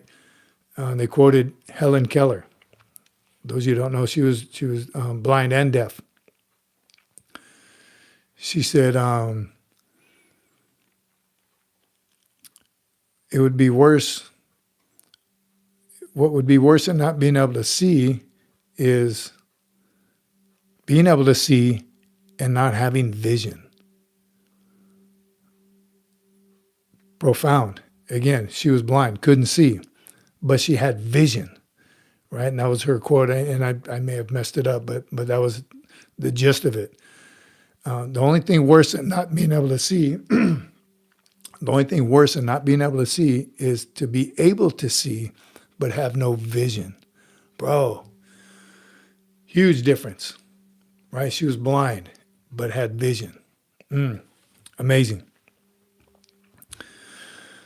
All right. Improvise, adapt, and overcome. Machine gunner. And until you can't get it wrong, improvise, adapt, and overcome. When you're going through one of those scenarios, range 400, again, I've been down that baby too many times. Something happens a lot. You plan for 4 CAS evacs, casualty evacuations. You plan for 4 injuries. You're going to get 5. Are you prepared for that? Right? Little things like that. You to mark a target is yellow smoke. You're out of yellow smoke. What do? All those things, that's training until you can't get it wrong. Man, that's tough. All right. Mark Hoy, I'm with you. That's why some teams don't necessarily benefit from a bye week. I hate the bye week. I do. It didn't work out well for the Niners, but I don't like the bye week because of that. because you stopped training. Oh, we got 2 weeks until we play again. Nope. Train until you can't get it wrong. Deep, right? Jack. Stony Bob. Adaptation is part of constant change that is here to stay. Those decisions, I talk about that Wednesday or Sunday, last Sunday. You make hundreds of decisions every single day. That's something in your life that's never going to change. You're going to be required to make decisions, hundreds of them, every single day. I mean, with simple ones. Big ones like, where are you going to eat? Where do you want to go? I don't care. Where do you want to go? I don't care. Where do you want? I'm hungry. What are you hungry for? I don't know. You got to make a decision, and you make hundreds of them every day. So imagine the intensity that gets put on those decisions when you're in combat. So plan till you can't get it wrong. Random Knapp. The only thing worse than being blind is being the only one who can see. Different quote. Yeah, same vision. Only thing worse than being blind is being the only one who can see. Man. David Bryan said, in SRT, we practiced until we got it right, then did it over again. That takes a lot of cojones right there. You take your squad through range 400, your platoon through range through 400. Boom, boom. Again, the last one was awesome. Everything worked out great. The boys are like, yeah, we did it. It was great. And the company commander says, do it again. But nope. Do it till you can't get it wrong. Impossible to get it wrong. All right. Gunny East is here. What's happening, Eric? Can't wait to hear where he goes for his first post. Eric has a Marine. Hopefully you have your passport ready. All right. Hunter Collins, I know it's a long shot, but a gentleman I go to college with was a gunny who retired out of Hawaii, last name Flint. Any chance you know him, Gunny Flint? Funny because it sounds familiar, actually. And he said he knows it's a long shot. How about that? Share those stories. So, My neighbor was a Marine. Do you know him? yeah, funny, Hunter. Funny for everyone here, and you've all have experienced it. When you meet someone, Hawaii's funny too, because anytime you meet, I have a Hawaii driver's license. Oh, Hawaii. Oh, my brother's uncle's cousin went to Hawaii, went to Waikiki in 1975. Do you know him? Same with the Marines. Oh, my sister's brother's cousin was a Marine, Jim. Do you know him? And people ask it genuinely, right? And I'm sure I've probably done it before. Oh, you go to A&M? Do you know my daughter? It's just first thing that comes to your mind because you have something in common with that individual. Funny though, because Flint sounds familiar. I don't know if I do or not, but it never hurts to ask. But it's funny. My dad was a Marine. Do you know him? Wait a minute. That's Jared. Jared might know him though. It's funny. All right. How are we on time? Let me read John McJunkins, and I have a couple more topics. Training till you can't get it wrong. The motto of the Marine Corps is silent drill team, perfection in silence. I'm positive they use that mentality with 8th and I. You got to. And speaking of drill and the silent drill team, A&M, if you don't know, if you know, you know. A&M's drill team, they're ROTC drill. And you know, we kind of grew up in JROTC, many drill events, drill evaluations. I taught drill. Annie Benetti, who you've seen drill on the channel before, we video short talking about her drill. So she tried out for the fish drill team. A&M, when I say this out loud, you're going to be like, why would they shoot themselves in the foot like that? A&M's, I think they're the only college that does it. They're the only college, only ROTC that puts all their freshmen on their drill team. Not only do they put all their freshmen on their drill team, only freshmen. It's called the FISH drill team. The freshmen are called FISH. FDT, FISH drill team. They compete against all the other schools, colleges, military drill teams, ROTC drill teams, who have all from freshmen probably to seniors. Kids who've been doing it for probably JROTC, and then all 4 years of ROTC. A&M only allows their fish to compete in the drill team. So Annie was sweating it. You know what I mean? That's intense. That's intense to make that team. There's 300 fish, I'm guessing. Drill team probably takes, you figure platoon is about 36. Or no, it's like 20. 20 for regulation drill, 20 for exhibition, expedition, 4 for color guard, and then probably 20 for inspection. Those 4 events. Those are the 4 events. So 20, 40, maybe 50 fish out of the 300. Not only did Annie Benani, where is she? How come she's not on here? Not only did she make the drill team, she was selected to be a part of the regulation drill. It's all armed, so they have rifles. She made the fish drill team to compete next month in Tulane. She also got selected to be a squad leader. So Army, ROT, JROTC. She did Army, JROTC for 2 years. 2 years, that's it. And then she's been on the fish drill team for like 6 weeks, right? 2 months max. Made the drill team. So we're really excited, really proud of her, and can't wait. They compete next month. They're 1 drill meet. And A&M was like national champs for like 15 years straight. 15 years, all freshmen, only freshmen. They're also the ones in the beginning of A Few Good Men. Oh, and they are the ones, you've seen A Few Good Men. I know you have. If you haven't, you better go watch it as soon as we close this out. But they use, that's who, right there, Randall Knapp, the Marine, in quotes, the Marine drill team at the beginning of A Few Good Men were actually Texas A&M fish. Those are 18, 19, 20-year-old freshmen in college at Texas A&M. I'm telling you, there's some bad mother jammers.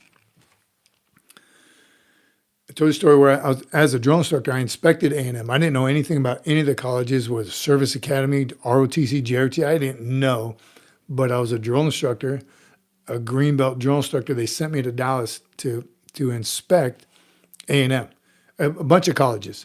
And I was tearing them apart. I was a drill instructor. I was a beast. Ask JTB.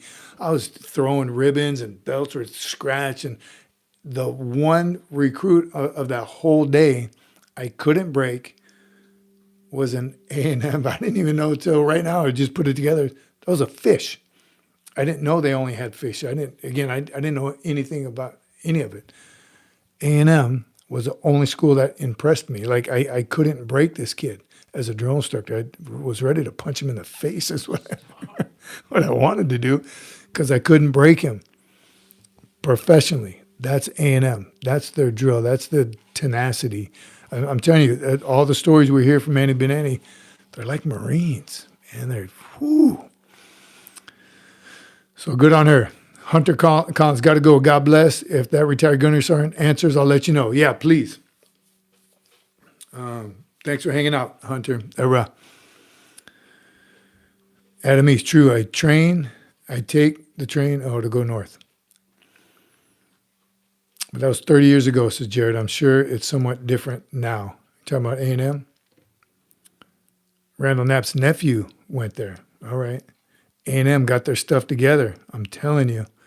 They do. They absolutely do. They got a great commandant right now, just his first year.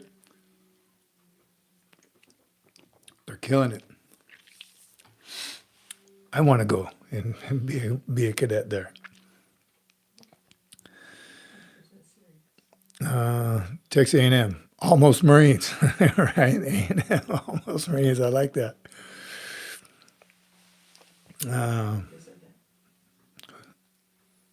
Machine gunner said that. Texas A&M, almost Marines. Jared says, "Oh, I hear you, and not Annapolis." LOL. We visited Annapolis. I was impressed with them.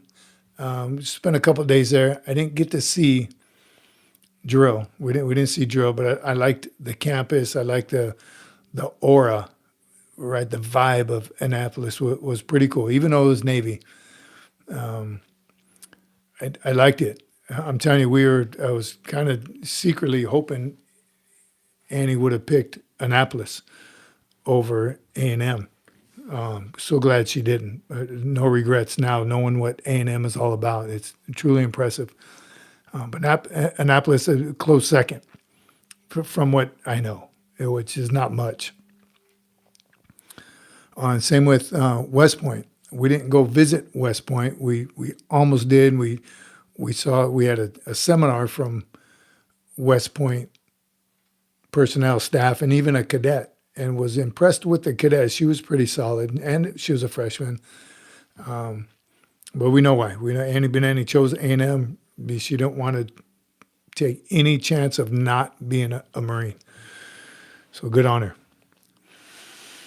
Citadel, I don't know enough about the Citadel machine gunner, but I do know a couple cadets that left, right? They didn't, and for numerous reasons, and way too many to talk about it now, but I don't know enough about them. I did inspect them. At the same time, I inspected all these schools, and the only one I remember the Citadel because their uniforms are kind of cool. The only one I remember specifically was A&M, the fish at A&M to this day. Again, when she's, in fact, I completely forgot about the story the rest of my career, but now it all makes sense, right? They have that history and tradition. They're fanatical about being Aggies, being the Corps cadets. It's unreal. But I've heard some stories about the Citadel from cadets, and two of them that left. They didn't like the BS. Who knows why? But interesting. Camden Yard, because of Cal Ripken fan. Enemy's got to live a little in college. So I'm sure that's probably been going through Annie Benani's mind because a very good friend of ours, their daughter's going there, and she's not in the Corps Cadets. She's a college student. She seems to be enjoying it a lot. So I know, what do they call the non-Corps of Cadets kid, like straight-leggers or something? No, it is. It's an infantry term. Legs. I think I don't know. They have a name for A&M students who aren't in the Corps Cadets. It's not derogatory, but it's just to let you know you're either Corps Cadets or you're not. And I'm sure all the cadets talk about it all the time. Man, how chill would it be? Our weekends are off. But at the same time, I don't think she has any regrets now. Second semester is already a little bit different. All right. There are some, says Adamese, I don't hang out there too much between the train and metro. There's a good amount of different places to go. All right, topic, that was number 2. Don't train till you get it right. Train till you can't get it wrong. Boom. Write that baby down. And the third topic is when you become a leader, you gave up the right to think about yourself. I did do a short, and I try not to talk about shorts on the live. You need to go watch a short. But that was the saying. And I found this one in my photos because I wrote it on the dry erase board on the last place I worked because I was trying to get that message to the leaders there. And obviously they didn't read it. They clearly didn't read it. When you become a leader, you give up the right to think about yourself. Deep and profound if you stop and think about it. Because what I saw there was too many of those leaders got to that leadership position and only thought about themselves. Now there's you reward yourself with the hard work you put in to get in that position. If it was hard work, or somebody mentioned it here earlier, where you put into that billet or that job or that title for a different reason, which may have happened. But once you're put in that billet, once you do become a leader, you're done thinking about yourself 99% of the time. And some great comments on that short too. That's right, Army. We do that in the Army. I'm the first one up, I'm the last one to bed. Eating last is an easy leadership tool. It's a softball for Marines in the field, right? Even if it's MRAs or if it's hot chow from Bob bringing it out there. Vatican's first hot meal, Desert Storm. I remember our first hot meal was like 3 months after we got there. And I was a young Marine, so of course I was in line with everybody else, rushing to it. The staff NCOs and officers are the ones who served that chow. Thinking, oh, that's cool. Didn't dawn on me they're doing that because they're good leaders. And who needs the hot chow first?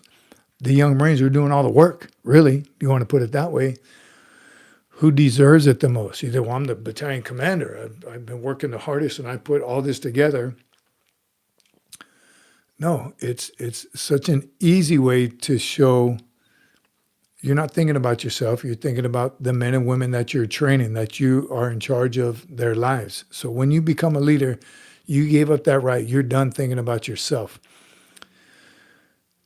It's much deeper than just chow. Yes, again, chow is an easy one.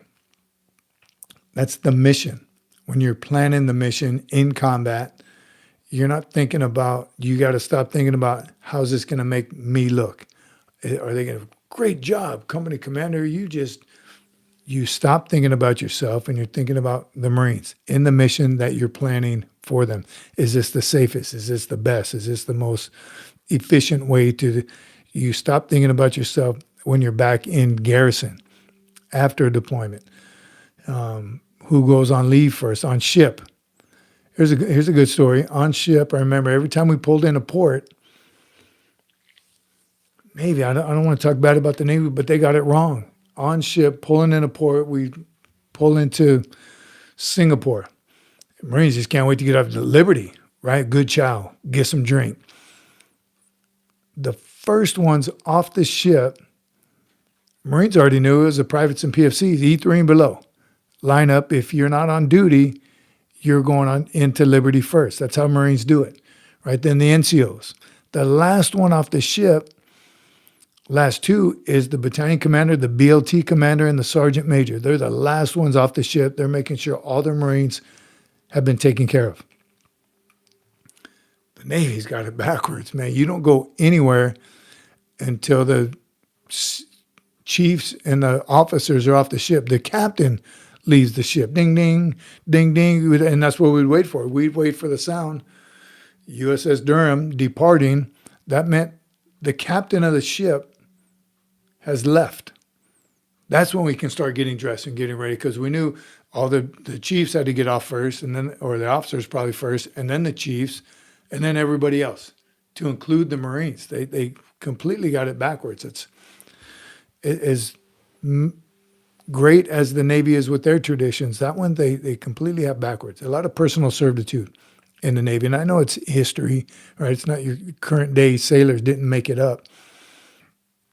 But that one they have backwards. So that's how you stop thinking about yourself first. Because what if all of a sudden, say you're in a place that buses got to take you to town, and you're a Lance Corporal, you're a PFC, you're getting off ship, and all the buses are gone. You get no liberty. That is not taking it while your company commander, your first sergeant, your platoon sergeant is out in town already, eating up all the chow, getting up all the beer. Whatever the bonuses and benefit, you take care of the Marines first. That's when troop welfare comes first.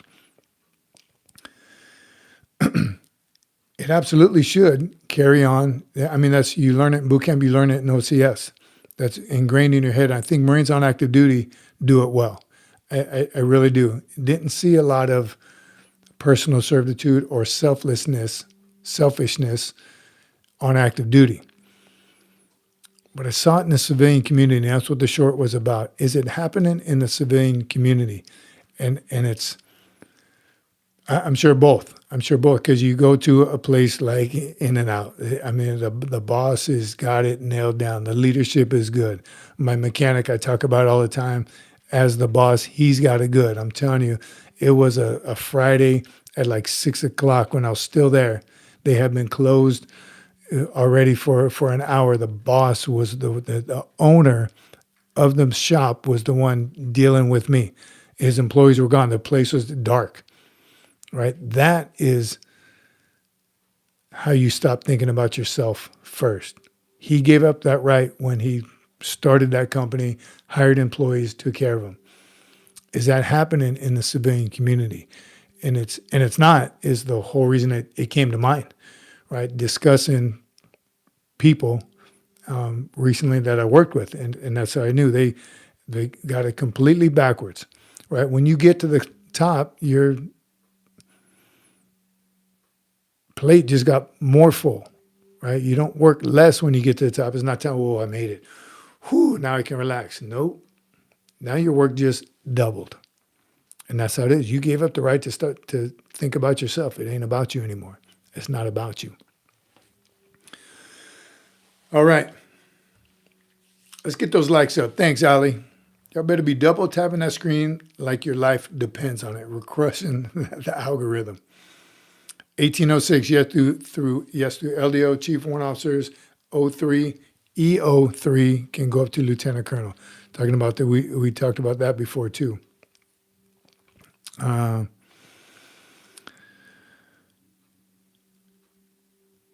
the producer, there's another store out there called. Carl says he's got an order that he doesn't receive. It's not up. No, we didn't receive a. Carl, didn't you say you ordered some shirts? Yeah, he said that, but I checked and there wasn't anything. Yeah. I thought maybe he was mistaken, but I just Googled and there's another shop that came up. There's Same another. exact shirt. SFMF gear, same font and everything. Exactly the same. Somebody's copycatting us. Wow.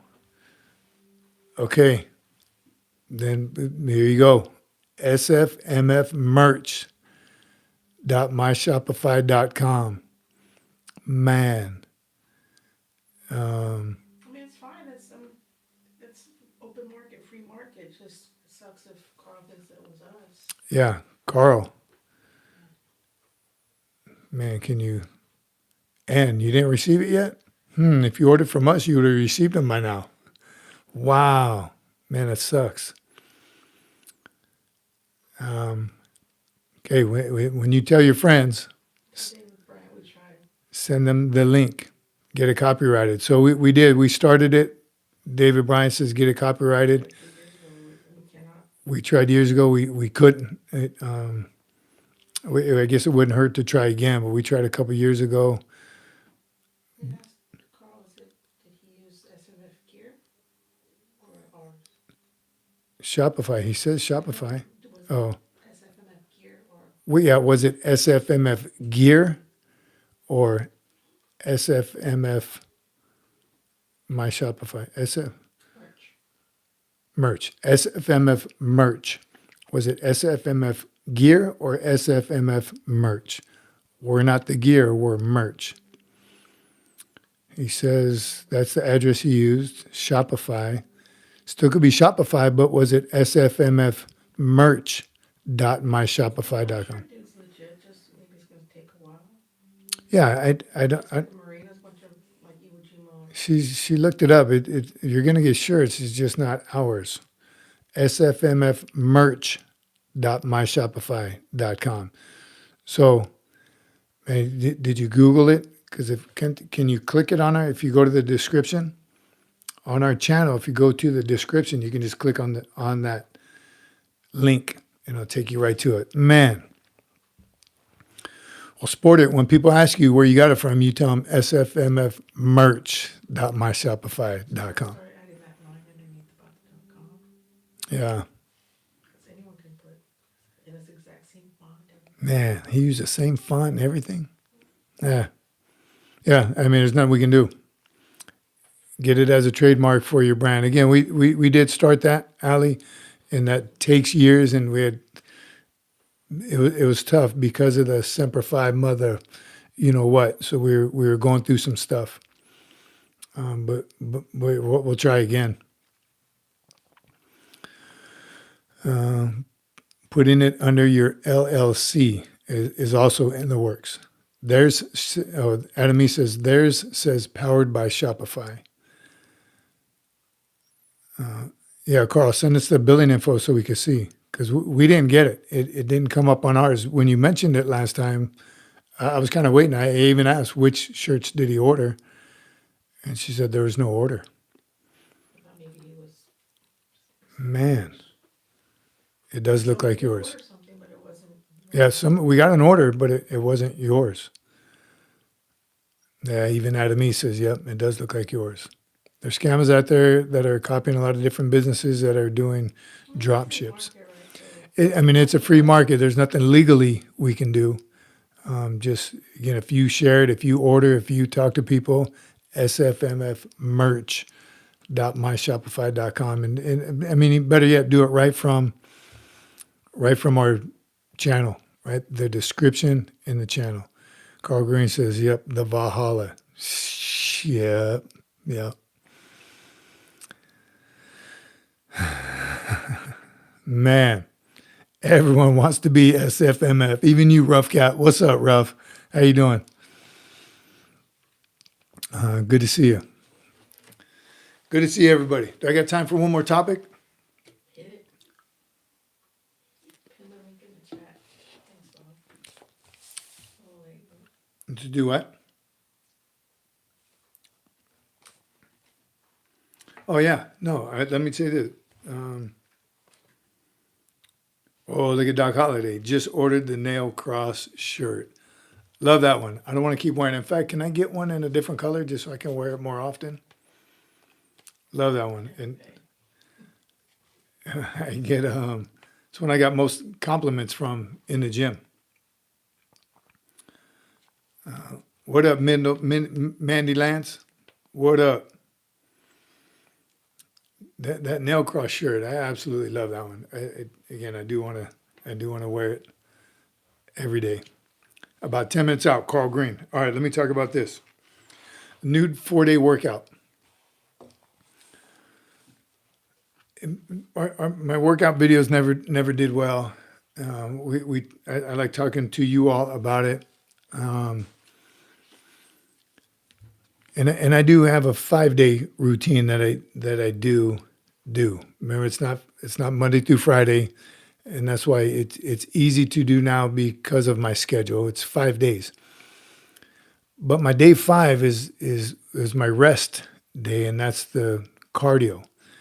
And what I've been trying to do is incorporate cardio almost with every workout. I do spend about 2.5 hours at the gym. First 30 minutes is just warming up and stretching and getting my body ready. But about a good 90 minutes of workout.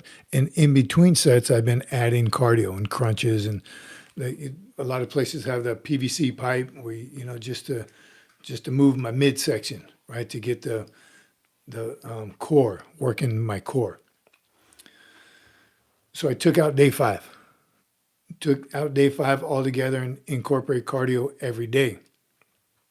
So I don't have to waste that rest day of just cardio. I didn't think I was getting enough. And I'm limited on what I can do. And all I'm doing now is maintaining my maintenance stage. I'm not trying to get big and strong and huge and 4 plates on the bench anymore. Those days are gone. So now it's just maintenance. So less weight, more reps. That adds to the cardio, and it justifies me stopping that only cardio only day. So 4 days. And that way, Mondays are different. Every Monday is a different body part, and I like that because most people do chest on Monday. It's just a thing since I can remember. So all the benches are always taken on Monday. So when my chest day does fall on a Monday, it's like, oh God, now I got to fight with everybody to get the bench. So still same body parts. I do chest and tries on Monday, back and bis on Tuesday, shoulders and traps. I'm sorry, I was saying Monday, Tuesday, Wednesday. Day 1 is chest and tries. Day 2 is back and bis. Day 3 is shoulders and traps. Day 4 is now the legs and cardio day. But still, all 4 days I'm doing cardio. So day 5, used to be day 5, is now day 1 again. So let's pretend you start on a Monday. Monday, Tuesday, Wednesday, Thursday, Friday is day one now. The first week, day one was Monday. Now day one is Friday. But you got to be disciplined. And again, it's New Year's resolutions. We're still in the first month of your New Year's resolution. So I don't know, I'm not trying to convince anybody to change their routine or anything, but think about doing cardio every single day. If you take a day off, I'm going to make fun of you, but there's nothing wrong with taking a day off. Here's my justification. I'm not trying to get huge. I'm not trying for that strength anymore. I'm in the maintenance phase. So working chest on Monday and Friday is okay for me, right? They say you give your major muscles 1 week of rest. So if you work it out Monday, your chest day is Monday. You work it out Monday, and you don't work it out again until the following Monday. I don't need 7 days recovery because I'm not lifting mass. I'm telling you, bad back, bad knees, bad neck.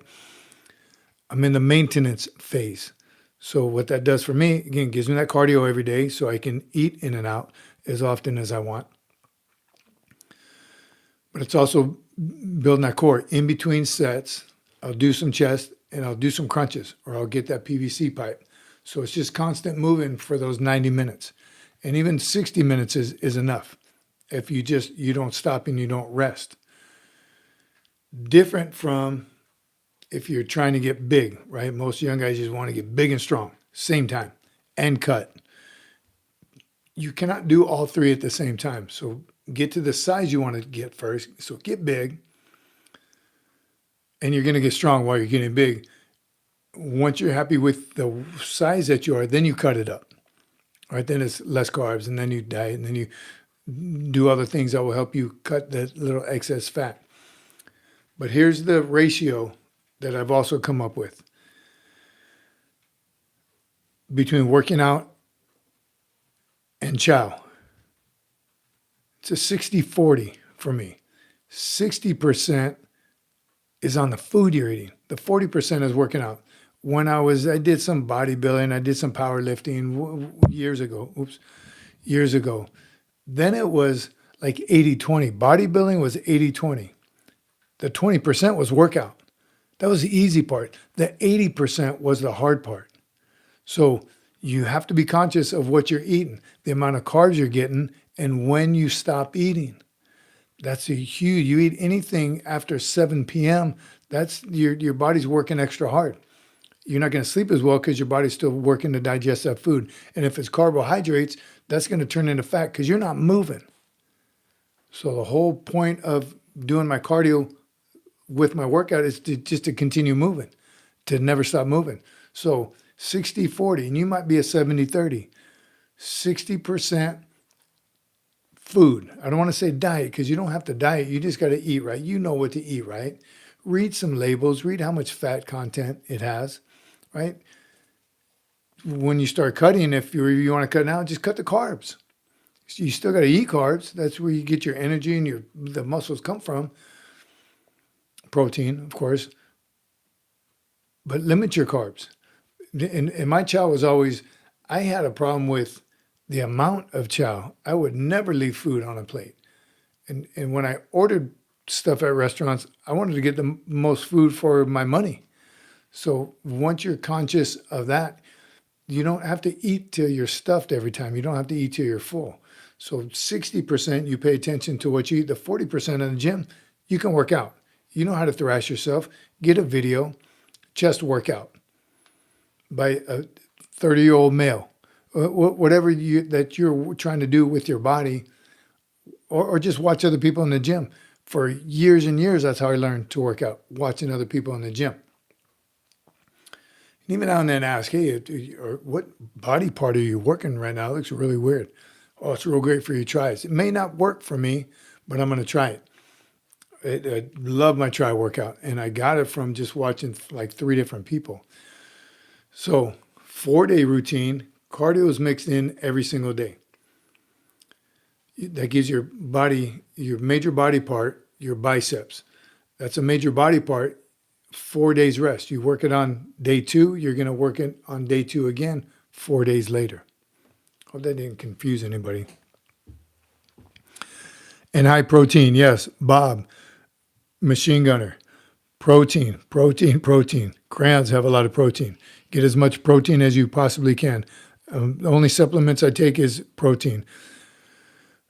Pre-workout, because I work out at like 4 in the morning, so that kind of wakes me up. The pre-workout does wake me up, and I buy whatever's cheapest, whatever's on sale.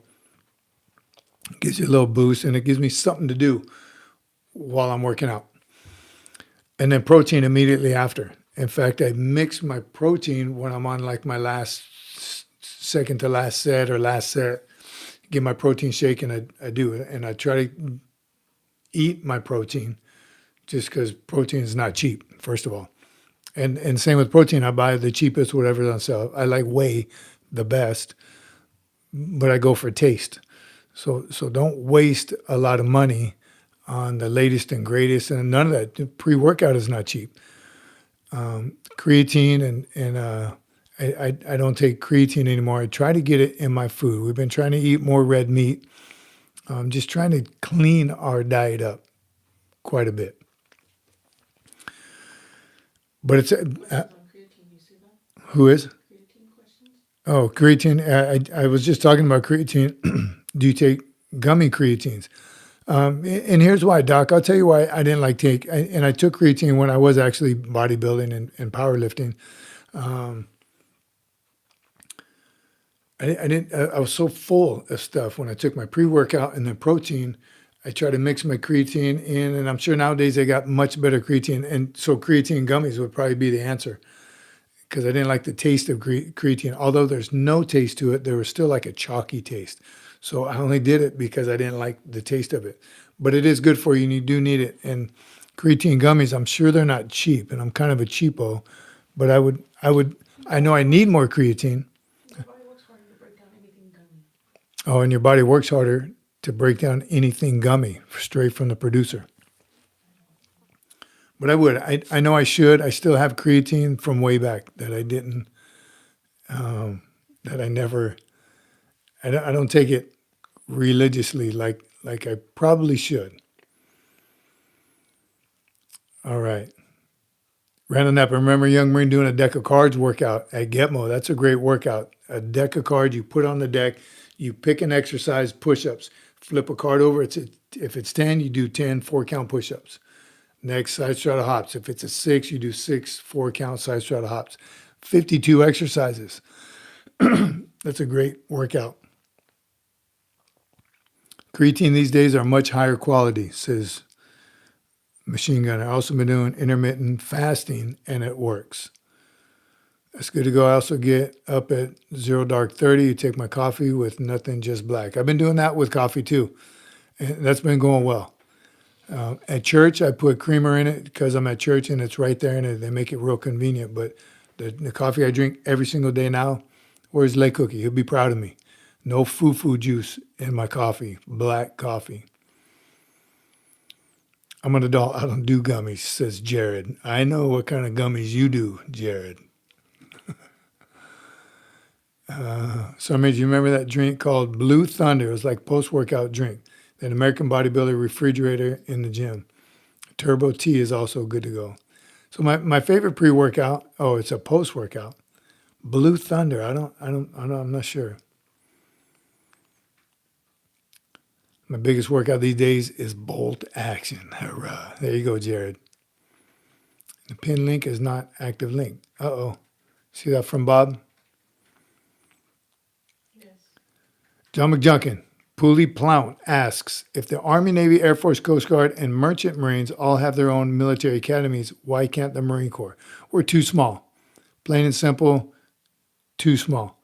So Marines work at all those academies, but we don't have our own. So when you can go to any one of those academies and receive the Marine option, that's what Annie Benani has. She has an ROTC scholarship at A&M, or she could have used it anywhere. She could have used it at the Naval Academy with the Marine option. So although we don't have our own academy or service academy, all those schools offer the Marine option. But the Marine Corps is just too small, not enough money. We are a department of the Navy. That is a fact. We are the men's department. but we're a department of the Navy. We're not our own department. That's the only reason. It's incomplete and can't work, says Bob. White Lightning is the ticket. I like C4 is my favorite pre-workout. Doc, right? Where's Annie and Kimi and USMC Cece?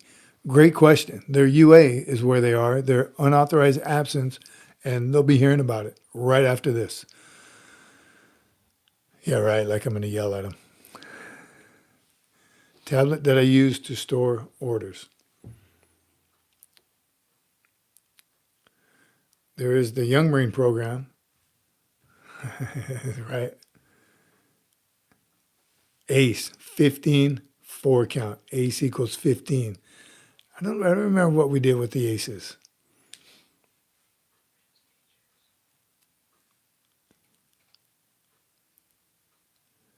Huh.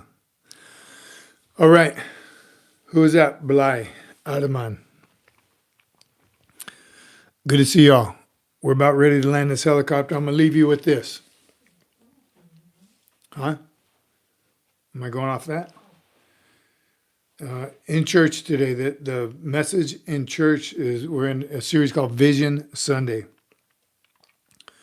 Vision Sunday, and they said there's going to be 4 Sundays of Vision Sunday. It's kind of cool. They did a little panel. The pastor, the youth pastor was up there, one of the lead worship, and two people from the worship group who all have spoke many times. They've been on stage many times, very knowledgeable, great people. They just had a little panel about know your why. Biblically, and care. They talked about like care about people, literally, be able to recognize if someone needs some help. And I was thinking about this in boot camp. I think I was a pretty good drill instructor. I treated every single recruit exactly the same. What I didn't do, though, is think about that they came from 89 different households. I didn't care where they came from. I probably should have taken that into consideration when a kid was screwing up or he was moving slow that day. And I started thinking throughout my whole Marine Corps career. Later on, I figured it out. Yes, Staff Sergeant, why does your platoon look the way they do? What do you have going on? We need to ask that question. How are you doing? Simple as that. Just that question alone. And man, we say fine, right? Tough guys and girls, they say, oh, I'm fine. But that one, I'm fine, can say a lot more in that than anything else. Rough Cat. God bless you, brother. Happy Sunday. Hope we can talk soon. We need to get on that call, brother. We will. I'll text you after this and ask you what a good time would be. But God bless you. Mike, 300. Thanks for all the motivation prayers for a great week. Good night, Chesty, wherever you are. Thanks for coming by. Tina, Ali, hello, Ali. Complacency kills. The whole 331. Hurrah. God bless you all, but know your why. Know your why, and you do that by implementing care into your everyday. Love thy neighbor, love God, love people like God loves you. All those things, they really do mean something deep down inside. So the reaching out, the buddy checks, know when somebody is not fine. Simple as that. Know your why. Why did God put you here? God has that mission for us. He knew our plan before we were even born. He created our plan. Through him, we can do all things. And that is knowing our people. All right. Good to see y'all. Remember, Wednesdays, members only. Consider becoming a member. Merch, sfmfmerch.myshopify.com. What? You okay over there? Hello, host. from Tina. Oh, that's me. I'm the host. Vision, new 4-day workout. Consider that. When you become a leader, you give up the right to think about yourself. Don't train till you get it right. Train till you can't get it wrong.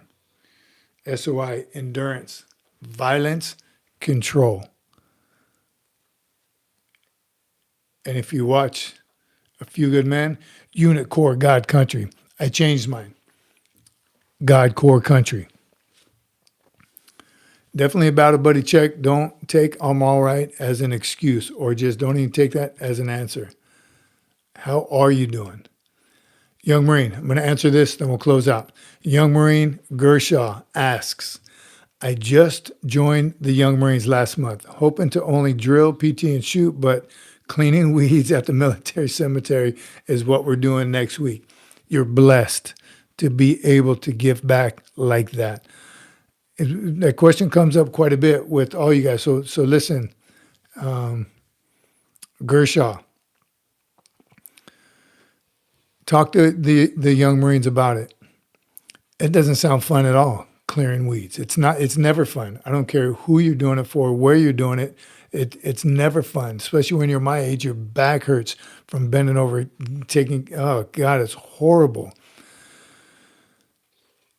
But a military cemetery, that's the least we could possibly do for the ultimate sacrifice that they have given. So you're not pulling weeds, you're honoring those that went before us. So yes, maybe hard to see at your age, but trust me when I tell you, when you get to my age, when you've seen what war does to people, when you've seen the aftermath, when you've been there and done that, I guess I don't know any other way to do it. That it's an honor, and I would do anything for any of those veterans that I possibly could. So, They would put themselves in their position, and who would they rather have? who would that veteran that's buried there rather have come pull those weeds? Right, some guy with the weed eater that doesn't understand. You're in the Young Marine program. May or may not join the service. That's not why you're there. You're there to learn leadership, responsibility, patriotism. It's an honor to be able to do that. And I thank John McJunkin, his whole crew, God bless you guys, for teaching this to our young men and women at such an early age. I wish, I regret I do have that I didn't know more about that stuff when I was your age. As a JRTC instructor, I've found opportunities like that. We used to go to Pearl Harbor and clean the statues, right? Polish the Marine memorial there. All those things. That's an honor to be able to do that, and thank those guys as you're pulling the weeds. Say a little prayer for them and their families, who they gave the ultimate sacrifice for us to be able to do this right here, right now. So God bless you for doing it. Working in God's garden. Discipline, even pulling weeds. Do it like you're working in God's garden. That's from Jared. Amen, brother. That's awesome. All right. Okay, just real quick, can you ask everyone who's got a red to please, this is coming your way, if you could just. If you have a red badge by your name and they're still here, don't leave yet. Send your address. If you haven't sent your address in, send it, because this is what we're sending you. Chesty is my bestie. Look at Chesty. Right? Giving you that. Man, you should have him do the shaka. Next.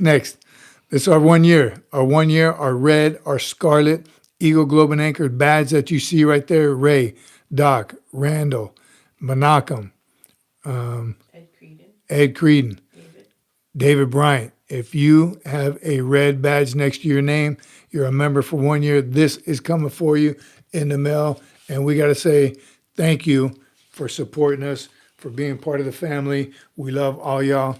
God bless every single one of you. Can't wait to see you. Members, we'll see you Wednesday. Yes, Doc. She said, yes, Doc. Yes. The Bible says do everything like you're doing it for God. Amen. I didn't see what Doc said. God bless all y'all. We'll see you Wednesday. Have a great week. Be aggressive. Be safe. Semper Fi, my friends. Stay warm. Era.